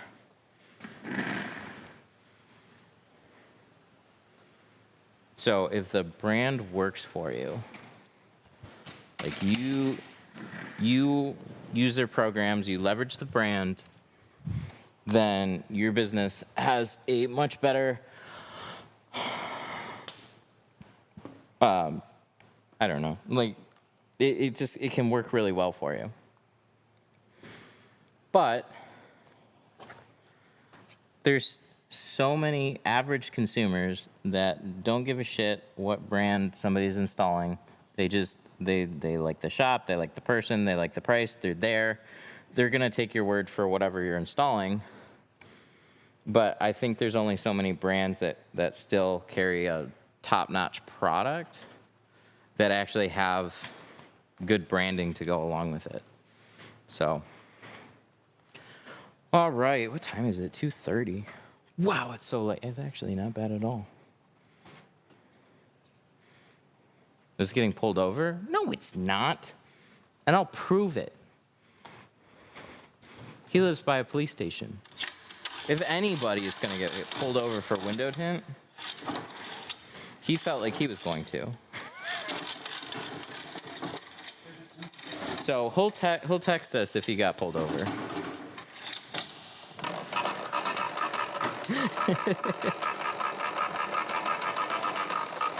That would be funny. He'll actually do it. Like, shit, I got pulled over. But if he gets pulled over, you hang out. You watch all the streams. I'll let you know.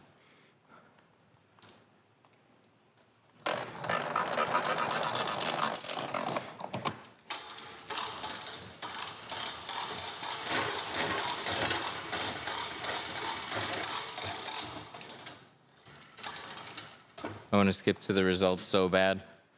We're done. It's just minor touch-ups, like relentless amounts of walking around the car and double-checking little things. But yeah, she's all done. Do a backflip then. Ugh. All right. All right, I guess we'll do a backflip. Ready? Ready? There we go, we did it. This is a tough one.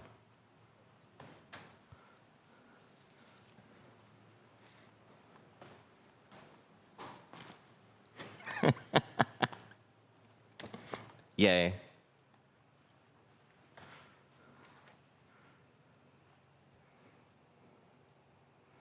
A deposit link. Yep. Click on it and see what happens. I added a test mode. So when you create the appointment, you can do test or live. See at the top it says sandbox. Oh, yeah. So if you use a credit card that's just 424242 all the way through, and any CVC or zip, it'll approve and go through like a real payment. Okay. So you can see what happens on the other end. All right. Should I do that now? You can see what it redirects you to. It just built me a redirect page, and I haven't seen it yet. Oh, okay. So. Just just 4242s 4 times. Okay. And then any, as long as it's not expired. And any CVC. Oops. Sorry. I'm 26. 3, it doesn't matter. I hate how it keeps. Any zip. I gotta take this off because it keeps popping up like my actual stuff. So I could do that. Yeah, I think you have to have an email. Okay. I put email at example.com just like it has there. Oh, example at email.com either way. Cool. And see where it redirects you. Oh, yeah. Perfect. Pay. Never for this card. Oh, it makes you sign in. I do it. I'll have to make that a public record. Because we have to have like a landing page for them to go to, and the landing page is going to be built with the shots information. Yeah, so it's gonna have like confirmation we got the payment. Here's the information and. Yeah, I'll even add a button in there like cancel my appointment or reschedule. Nice. Big strides. Big strides.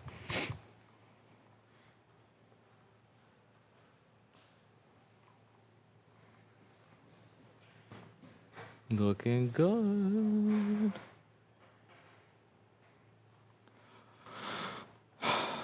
All right, I'm tinting the front windshield on a 25 Civic Sport. Any tips for the curve? 25 Civic Sport. That's the one without the rear spoiler, right? It's just a curvy one. It's not too bad though. You just gotta leave it a little long. Take it slower. Leave it long at the bottom. Do a little pole shrinking. How do you record and work at the same time? Slower. You do it slower. I used to be on the phone all the time while I was working, so talking to you guys is pretty normal because I don't have to like focus on all the little steps quite as hard. I can kind of just like go through doing it. But I had a lot of practice being on the phone, so I can talk while I'm working. But it doesn't stop me from getting distracted. All right, so I'm gonna call it for today. Thank you for hanging out. Appreciate ya. I'll paste the link here. It should be this one, right?